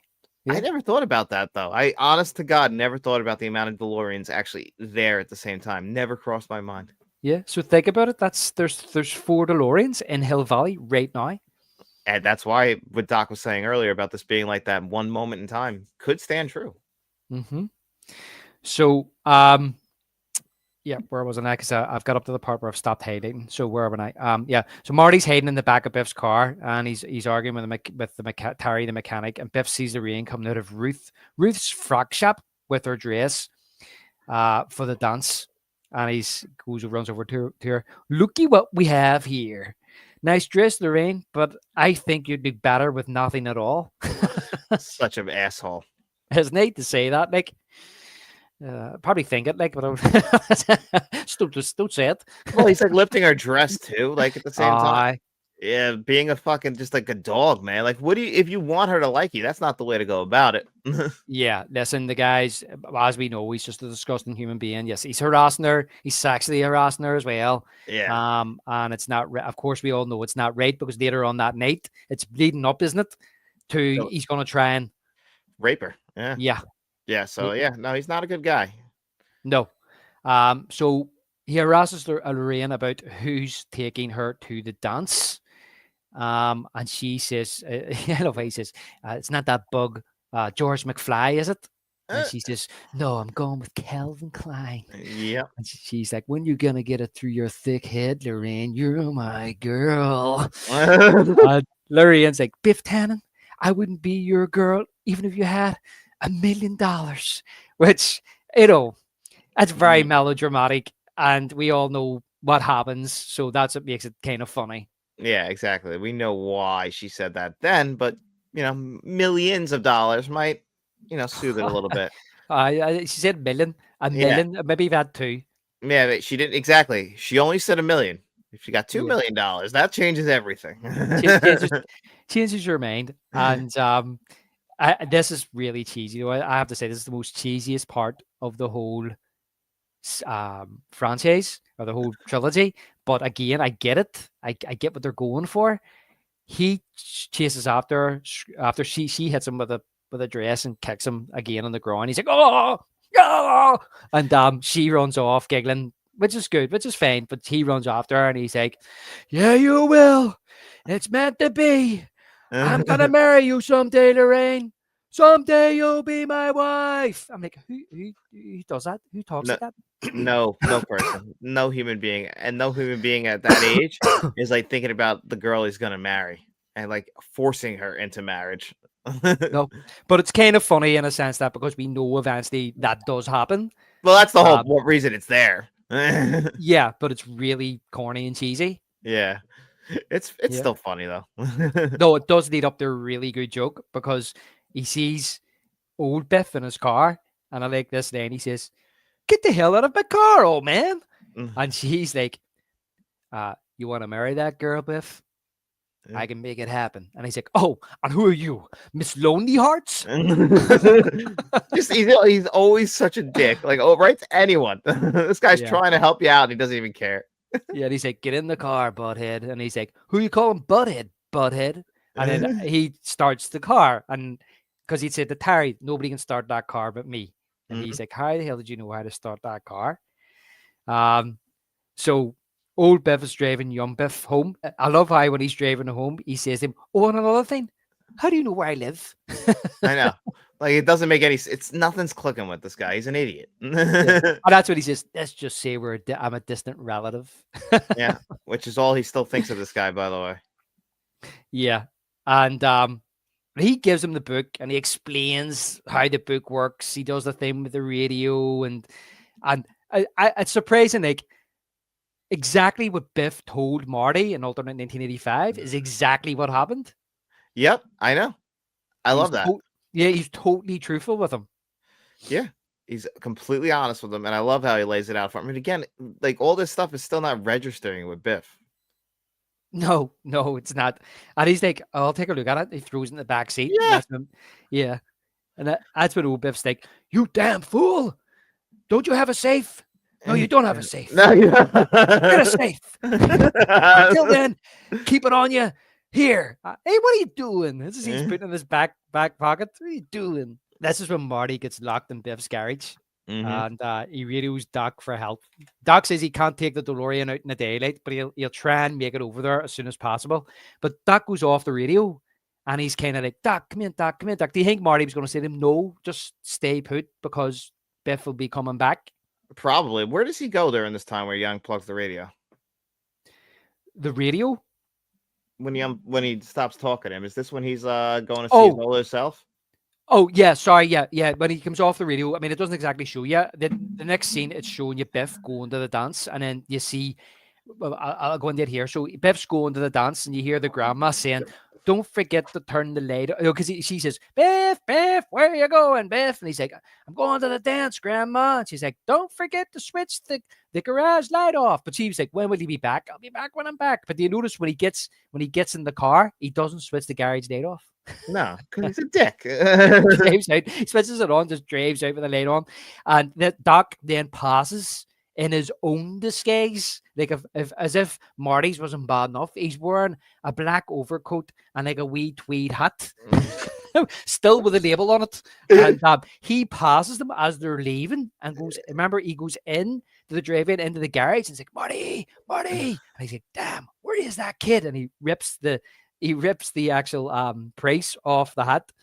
So he does. So I'm guessing that's where he went, was to get his disguise to go get Marty during that entire period, because it goes from day to night. It must have been like at least an hour. Yeah, I would say it's getting close to like nighttime. Do you know what I mean? And then what has happened is he heard him saying, I can't take the DeLorean out in the daytime. Why didn't he just wait till it was dark then? By the time he got there, it was dark. So it was really dark. Yeah, what did he do? Wasted his time again. Yeah, so he goes and buys a bike and a hat and a coat and then cycled over there. Yeah. Yeah.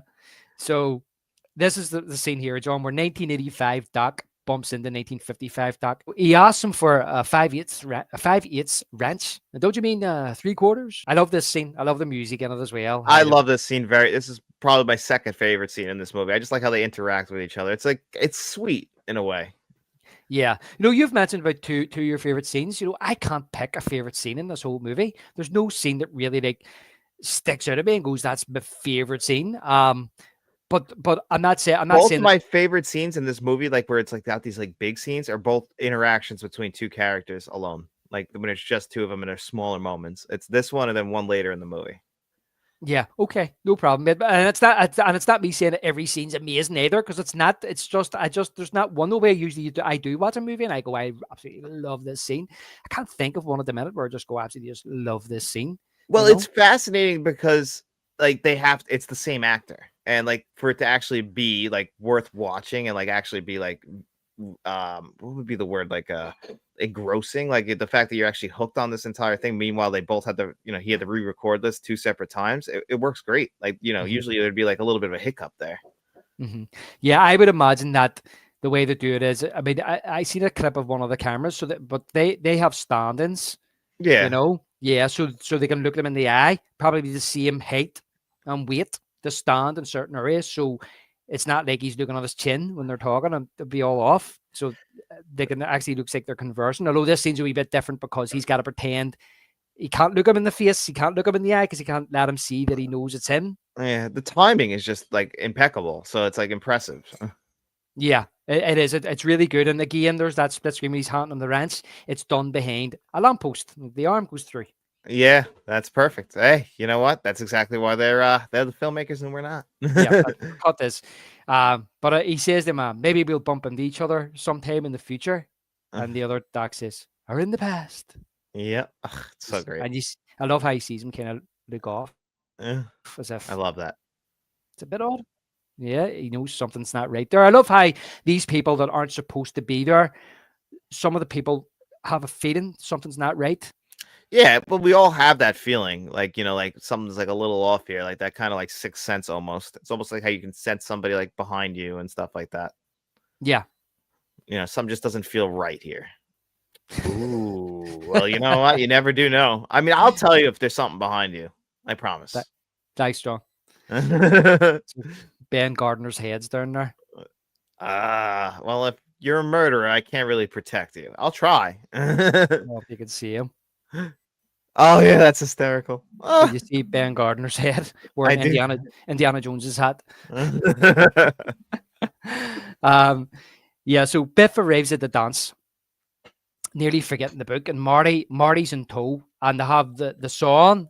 I think is that called Time Train? I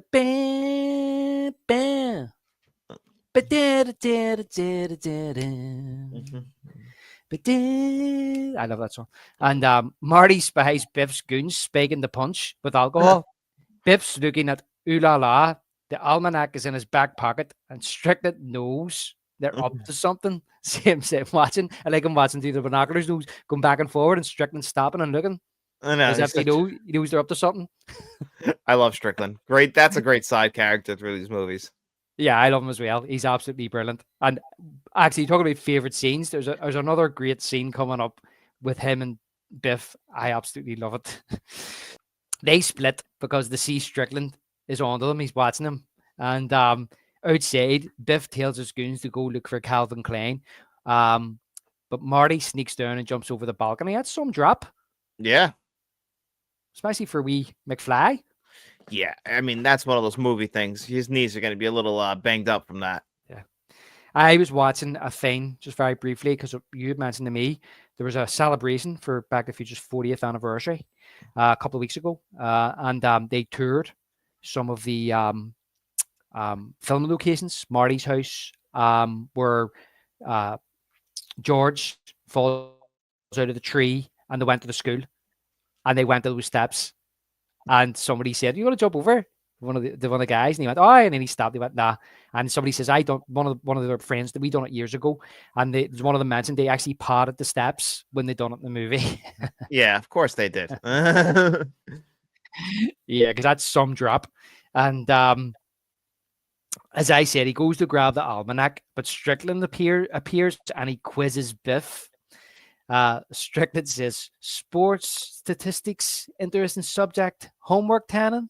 I love this thing. He's like, "No, it ain't homework because I ain't at home." I ain't at home. He's like, "I ain't at home." And he starts laughing, and that's when he hits him. This is the line here I love. He says to him, "You got a real attitude problem. You know that, Tannen? Just watch it, because one of these days I'll have you right where I want you, in detention. Slacker." In detention. Yeah, I know. Well, this is movies like this. I mean, not this one specifically, but cartoons and everything really made detention seem like the worst thing that could happen to you. And I don't think I ever got detention. Oh, really? Yeah, I don't think I ever got detention. I don't think they really had detention. Like, mostly if you got in trouble in school, they would give you something called in-school suspension, which meant you spent the whole day, like, in one classroom with like a bunch of other kids who were in trouble as well. That's really it. Day? During the whole school day, yeah. It's before cell phones, so it's just boring as shit is really all it was. Yeah. No, listen, we had detention, and it was basically, if they give you detention for whatever reason, you would they would give you a slip like he gives them in the first movie, and you would have to, I would say, the reason why you're in detention, because it would be after school. So it would be, say, our school finished at 3:15 or 3:30, 3:15, and you would be in detention to say, I don't know, was it an hour? I think it was an hour. So you had to bring it home, and your parents had to sign it. So they had to know why you were there. Mm-hmm. And then you would bring it back, and then you would have to go to detention, and they would give you schoolwork to do. And I remember, like, I'd been in detention a few times, and then 1 week I must have got like 7 or 8 detentions in 1 week. Oh, something like that. And I had to bring it home to get them signed, and I give one to my mum, and she signed one. And I brought it upstairs, and because I'm good at art, I forged her signature on the other 7. You son of a bitch. To the point where my parents were called to the school to see the teacher because of my behavior. Oh my God. Is that how they found out about that? I can't remember. And I made have I may they may have mentioned that I had got 7 or 8 in 1 week, and my mom and dad were like, "What? 7, 8 in 1 week?" Was it like this? Was it like the dad in Goodfellas? Like when he comes home, did you? You said you haven't been to school in months. Months, and then whips the belt out. Yeah, I remember my dad saying to the teacher, "Well, David will know. We'll deal with David when we get home, and David knows what punishment is coming for him." Oh. And I thought, oh shit. Oh, and then when I got home, nothing. He never said anything. Never done anything. Weird. Mm-hmm. Yeah, let's just say for the last couple of years of school, I wasn't exactly the greatest pupil, John. Understandable. Yeah. But let's move on to this other model citizen, Biff Tannen here. Citizen. Yeah. So Strickland takes the book, and Marty follows, passing on, under the car his other self and Lorraine are in. And I love how Lorraine says, "When I'm a parent, I'm gonna let my kids do whatever they want." And you hear Marty in the car going, "I would like to have that in writing." And Marty, who's passing, says, "So would I." So Strickland's office, he's drinking. He's got a bottle of drink in his bloody drawer, and he's sitting drinking. It's the 50s, all right? They were all drunk. Yeah, listen, I heard stories about teachers in my school in the 90s drinking. Well, yeah, I know. Yeah, or you could smell it on them. Don't blame them. I would never be a teacher. With the kids? Yeah, I know. I think back on like how I was as a student. I'm like, man, I would have beat the shit out of me. Yeah, I couldn't be. I don't have the patience. No, I don't have the patience to be a teacher. Me neither. Kids are not. They're a different breed. Yeah. I ended up in prison or something. Yeah. And you'd be sitting there like it was just. Yeah, I say, what about giving them detention? Never mind detention. Bring the cane back. They needed more. It wasn't working. Yeah, bring Biff's cane back. So Marty sneaks in under the desk and gets his hand trapped in between the desk and Strickland's chair. Oh, I can feel that every time I feel that. And he can't scream. So he has to just eat it. And he eat his hat with the pain. But anyway, Strickland leaves, throws the book in the bin, and that's when Marty finds it, and he opens it up, and it's ooh la la, ooh la la, ooh la la. Marty Riddle's in the dock at the spur. I don't know. I've all I've got to cover. And he then remembers where Biff would be. He says he's got one more chance to get the book. And I love kind of seeing the Biff and George standoff in the background, John. I know you can see it in the back. Yeah, you could see it behind them. And obviously that's the actor that stood in for Crispin Glover. And apparently that was him. I always used to think that they just took the audio from the original movie and put it in that scene. Apparently, no, that's him actually saying that. So he says. Well, that's impressive if that's true. I always thought it was the audio from the first movie, but hey, you know what? I guess that's your one job, right? Is like they hired a guy who looked and sounded as close to Crispin Glover as possible. Yeah. Now, in this, maybe he doesn't realize they dubbed him, because we'd still have to say it, even if he's they're not going to hear it. But yeah, you can hear that. Hey, you, get your damn hands off her. And yeah, so Marty races out to see George Dak Biff. And I love actually reliving this scene in the movie. It just feels exactly like it is the first movie. Yeah, it's still powerful. Some of them shots are still there from the first movie, but yes, we're seeing it from a different angle. And this time Marty gets to see it because he missed it in the first movie. He was too late. Yep. He gets to actually, you're right. He gets to actually see it now. He gets to actually see Biff get the finally get what he got coming to him. Yeah. And he's like, yes. Yeah. And it was only the day before. Yeah, exactly. It's not like he's had to wait years. Yeah. So Marty goes over, I know CPR. I love how one of the kids is like, what's CPR? And Biff's like, you. Marty punches him. And he thinks he took his wallet. He just took that guy's wallet. I think he took his wallet. He just took that guy's wallet. Nobody runs after him. They just went, he took the guy's wallet. Well, I wouldn't So- run after him either. I mean, it's like, it's not my wallet. Well, it's the 50s. They've probably never really seen, even though he didn't take his wallet, but he took his book. But they've probably never really seen crime. Yeah, that's true. The world was a lot more squeaky clean back then. Yeah, a lot more innocent. That's true. We ruined that. So Marty radios the Doc to tell him he has the book, and Doc tells him he'll meet him on the roof of the high school gym. But Marty bumps into Biff's goons, and he knocks him over and runs. But I love how he's like, "Hey, it's him, and he's in disguise." And in disguise, that's all their brains can wrap around. Yeah, he's in disguise, and Marty's like, "Guys, what's that?" And he uses the same gag, the fall for it every time. Now, I love this shot of the DeLorean, John. It's talking about favorite scenes. See this scene here, where the DeLorean's taken off around the scene, and it's driving into the night sky, and the Alan Silvestri score is playing. Ugh. I love that shot. It's great. It's beautiful. No, you're 100% right. That's one of my favorite shots in the movie. Yeah, I love it. And the way because it's like they're on a mission. Do you know what I mean? They are. They're on a mission from God. Yeah. The car clips the sign, pulling the bunting with it. And Marty goes into the dance to hear the tail end of Earth Angel, seeing his old folks kiss when the goons come in. They see the other Marty up on stage. And that's what they say, "Look, how'd he get up on stage? How the hell did he change his clothes so fast?" They really are just dumb. Yeah. They're going to nail Marty, so he radios in the Doc to tell him, and Doc says, "Well, get out of there." So Doc explains he has to go, he has to stop them, or there will be a major paradox. Yeah, time is running out. So meanwhile, Biff regains consciousness, asking where Calvin Klein is, the guy with the hat, and they tell me he went that way. So there's an awful lot of like back and forward small scenes here, all going to converge together. And we have this whole set piece where Marty has to stop Biff's goons by dropping sandbags on their heads. Yeah, this is hysterical. Just typical 80s stuff here. Yeah. And of course, John, it's another chance to hear Marty's rendition of Johnny Be Good. Johnny Be Good. Yeah, I know. It's great. Love it.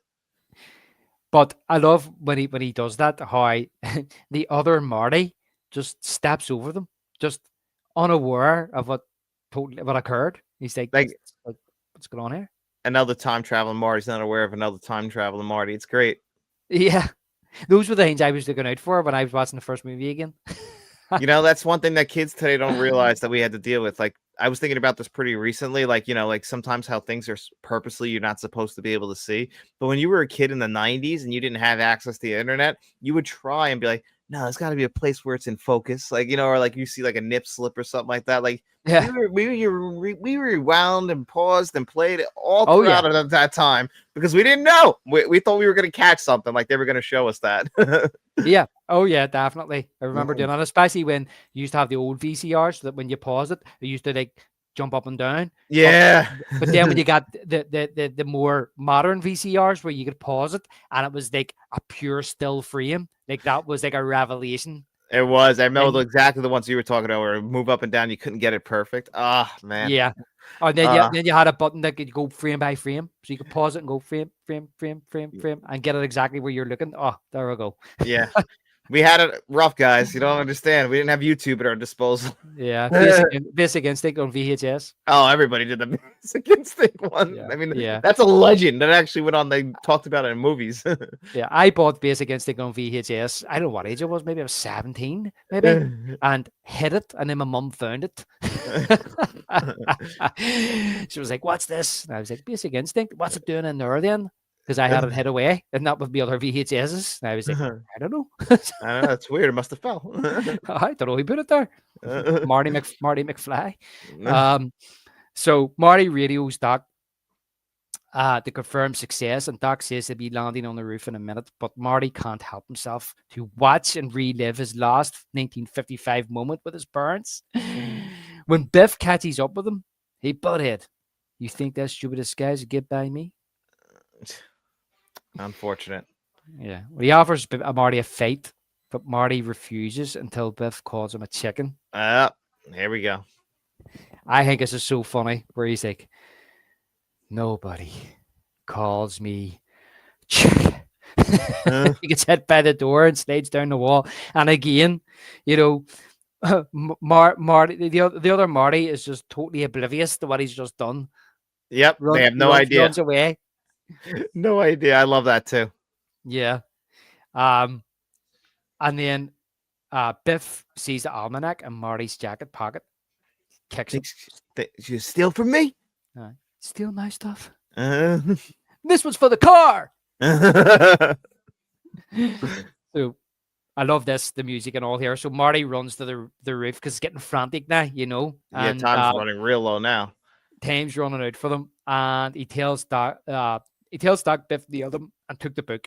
So I love Doc's reaction. He's like into the camera, carrying the bunting, and the storm starts up. The DeLorean, and then so the DeLorean. He says, where did he go? And he went towards the east road or something, of the East River, and the DeLorean hovers. So they take off, and the DeLorean's hovering above Biff's car.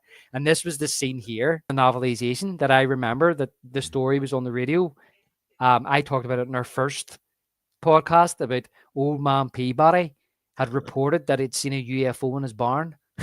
Oh yeah. Yeah, it was on the radio in the DeLorean. That's funny.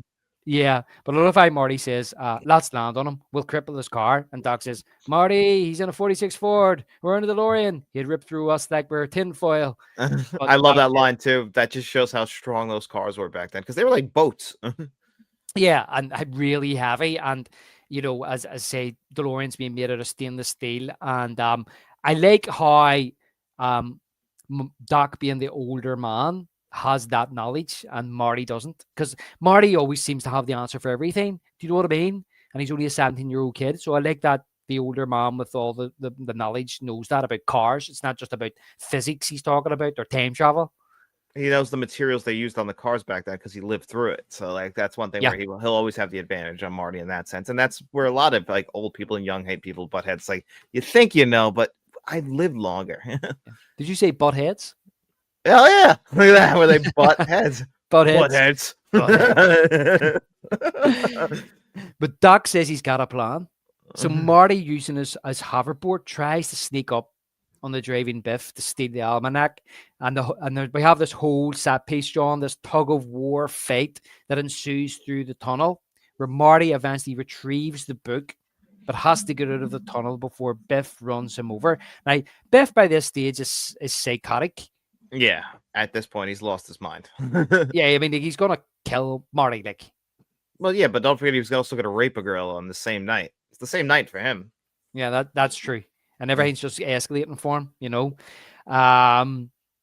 But he gets to the end just before Biff's just about to run him over, and Doc drops the bunting to save Marty. So again, did Marty die there?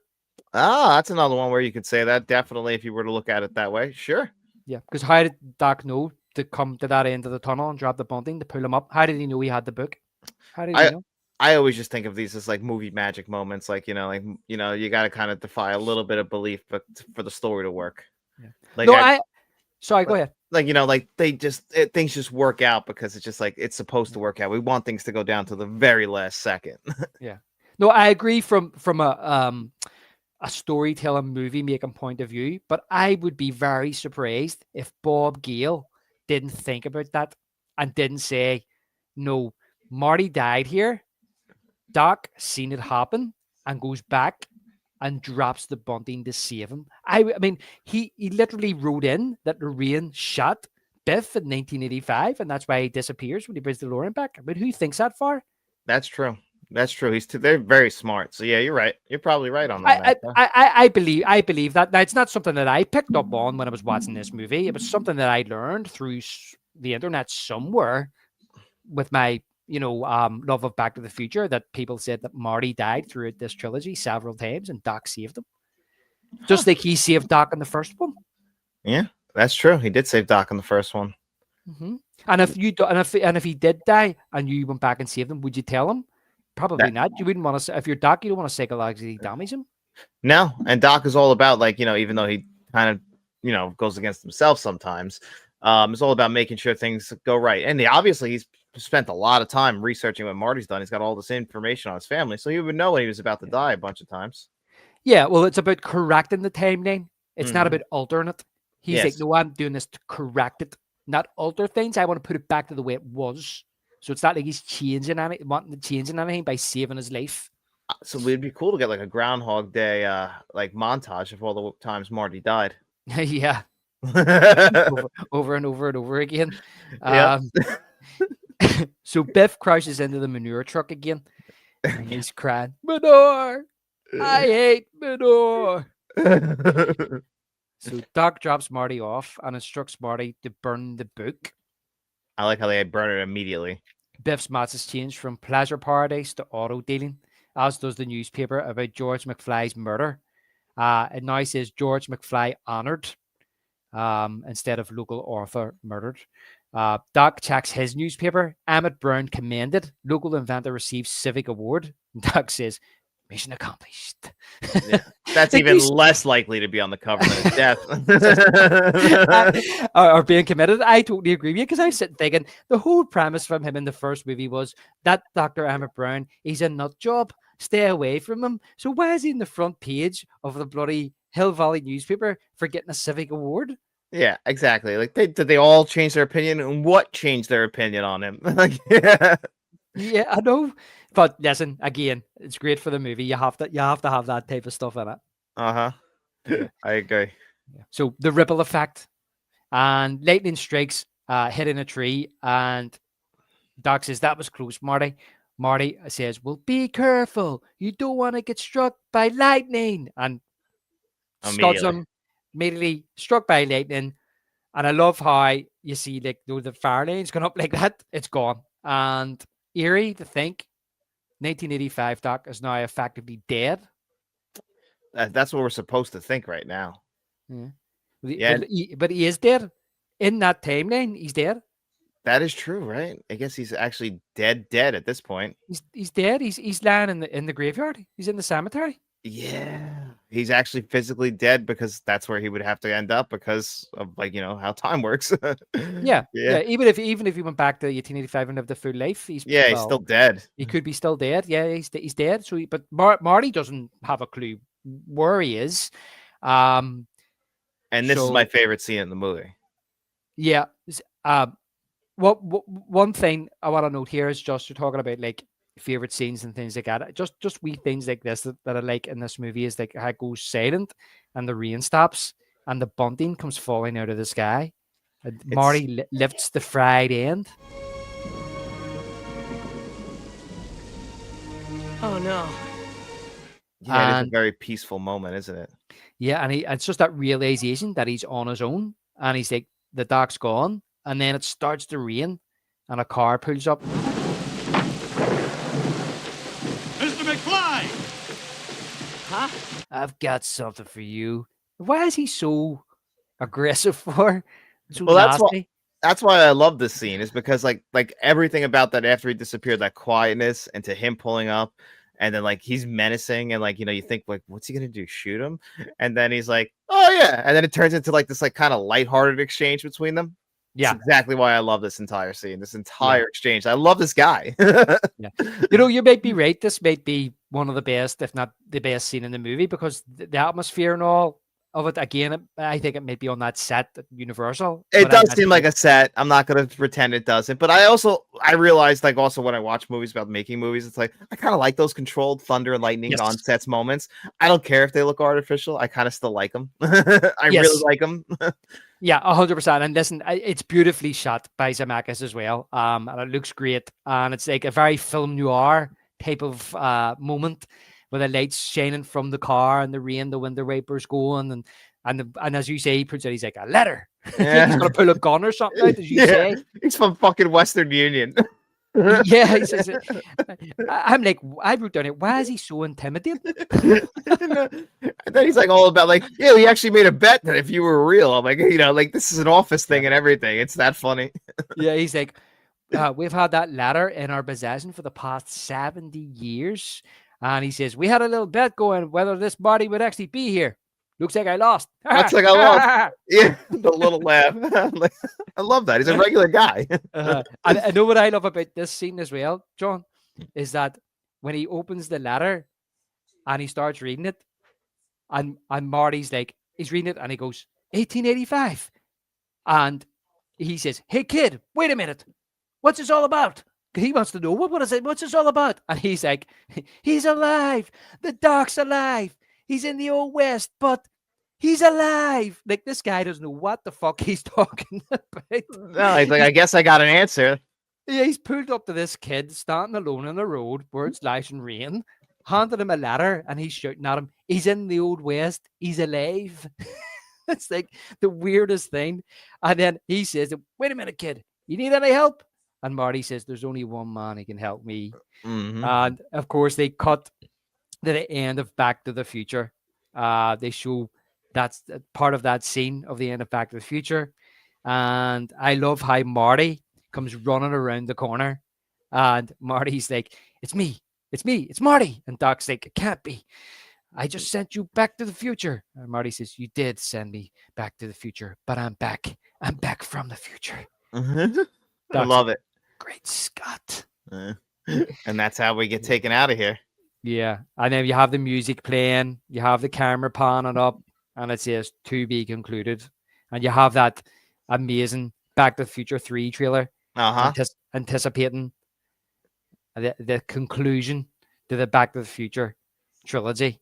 Isn't it strange that even now, every time they reprint this movie, that it actually has the trailer like edited into the end of the movie? Like, that's actually the end of the movie is the trailer.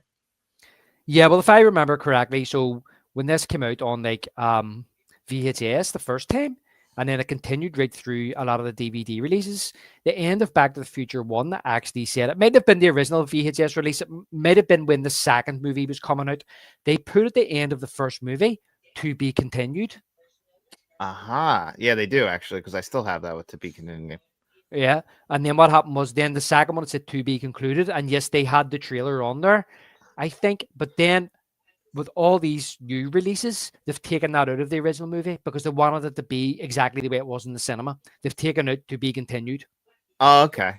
That's smart. I don't think it's there anymore. Yeah, but the version you see now of the 4K of Back to the Future 2 is the theatrical version, so it will say to be concluded, and it will have that trailer. And as I said, when I had the VHS back in the early 90s, that trailer was at the end of the movie, so I was anticipating seeing the third one. I couldn't wait to see it. You just had to wait a little bit longer, huh?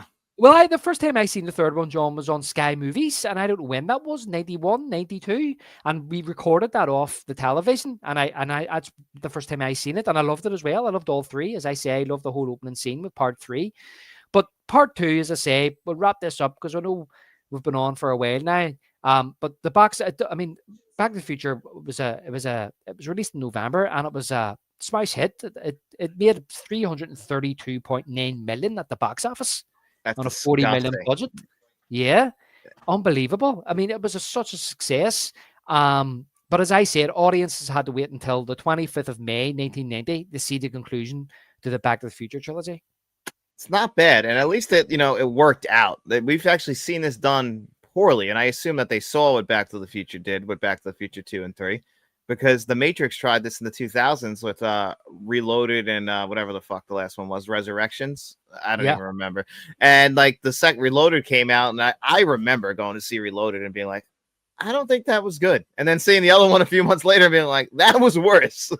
Yeah. Well, I know that there was this was a drop off from the original. I think the original made over 400 million.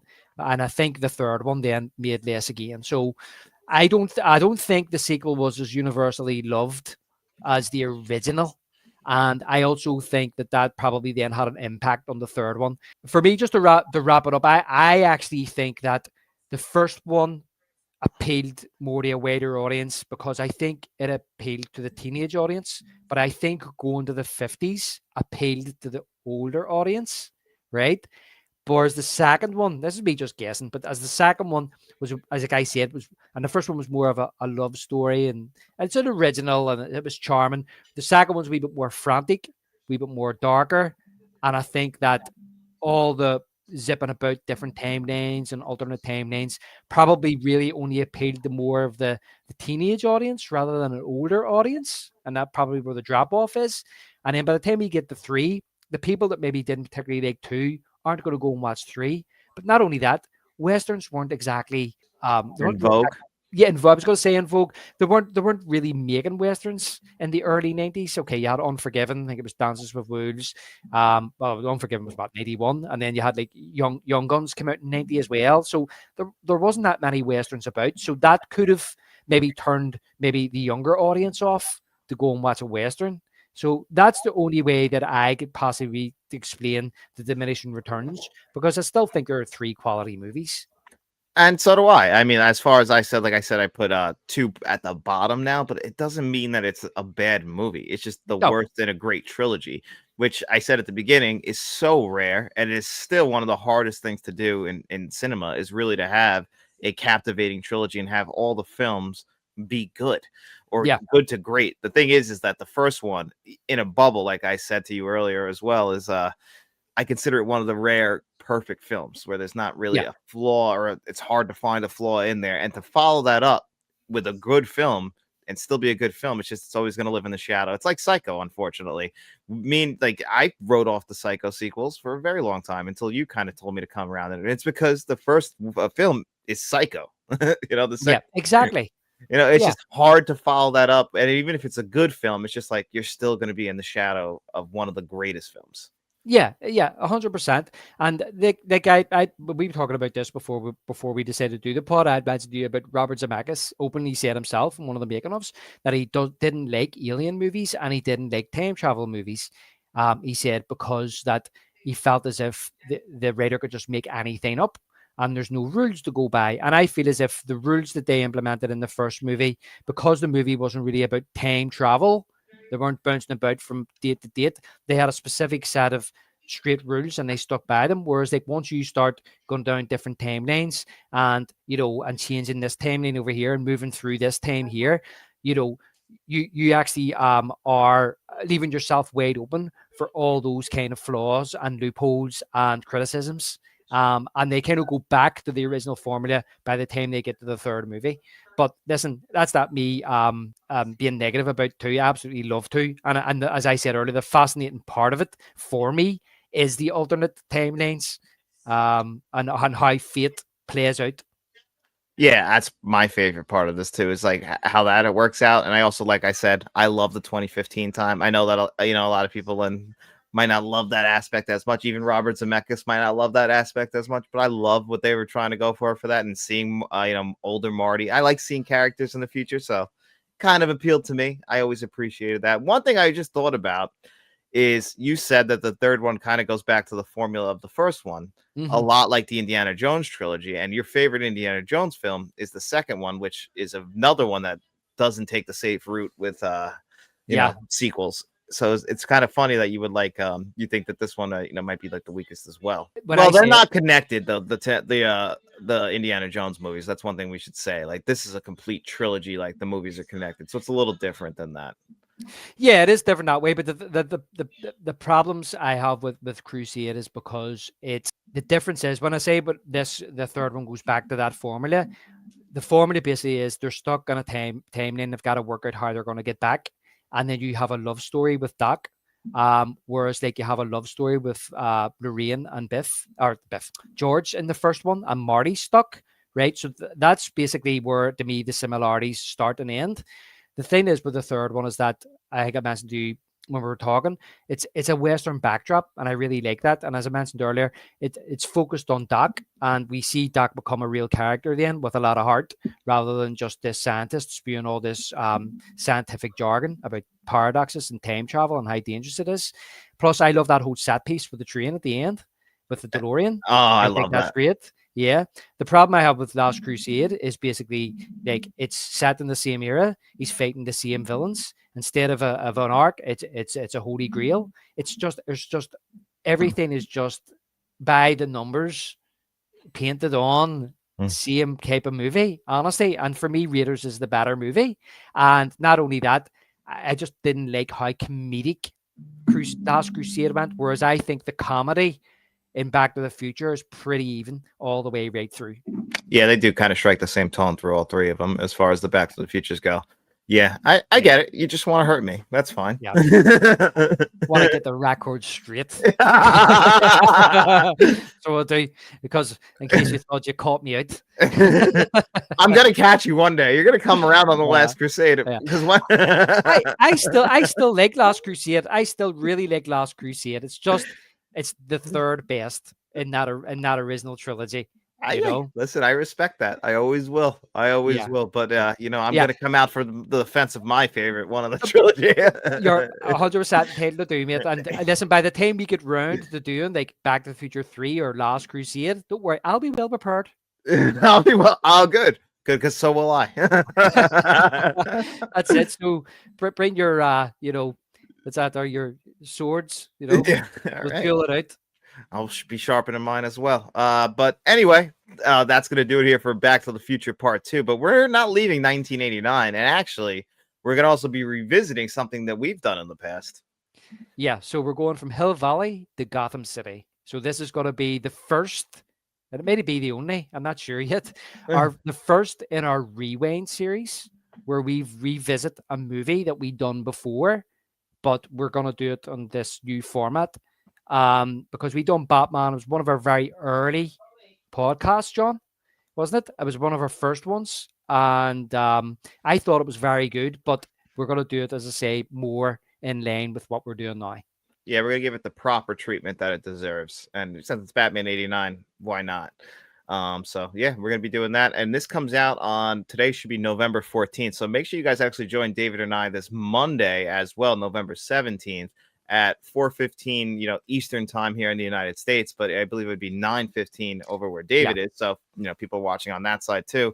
We're going to be talking about our favorite sequels, and we're also going to be talking about the Terminator 2 Extended Edition, right, David? Yeah, the special edition. Special edition. So make sure you guys are doing your homework and you're prepared for that. So we'll be talking about those differences, and hey, everything else. Make sure you guys like, share, and subscribe. Tell your friends about us, and we'll be seeing you around.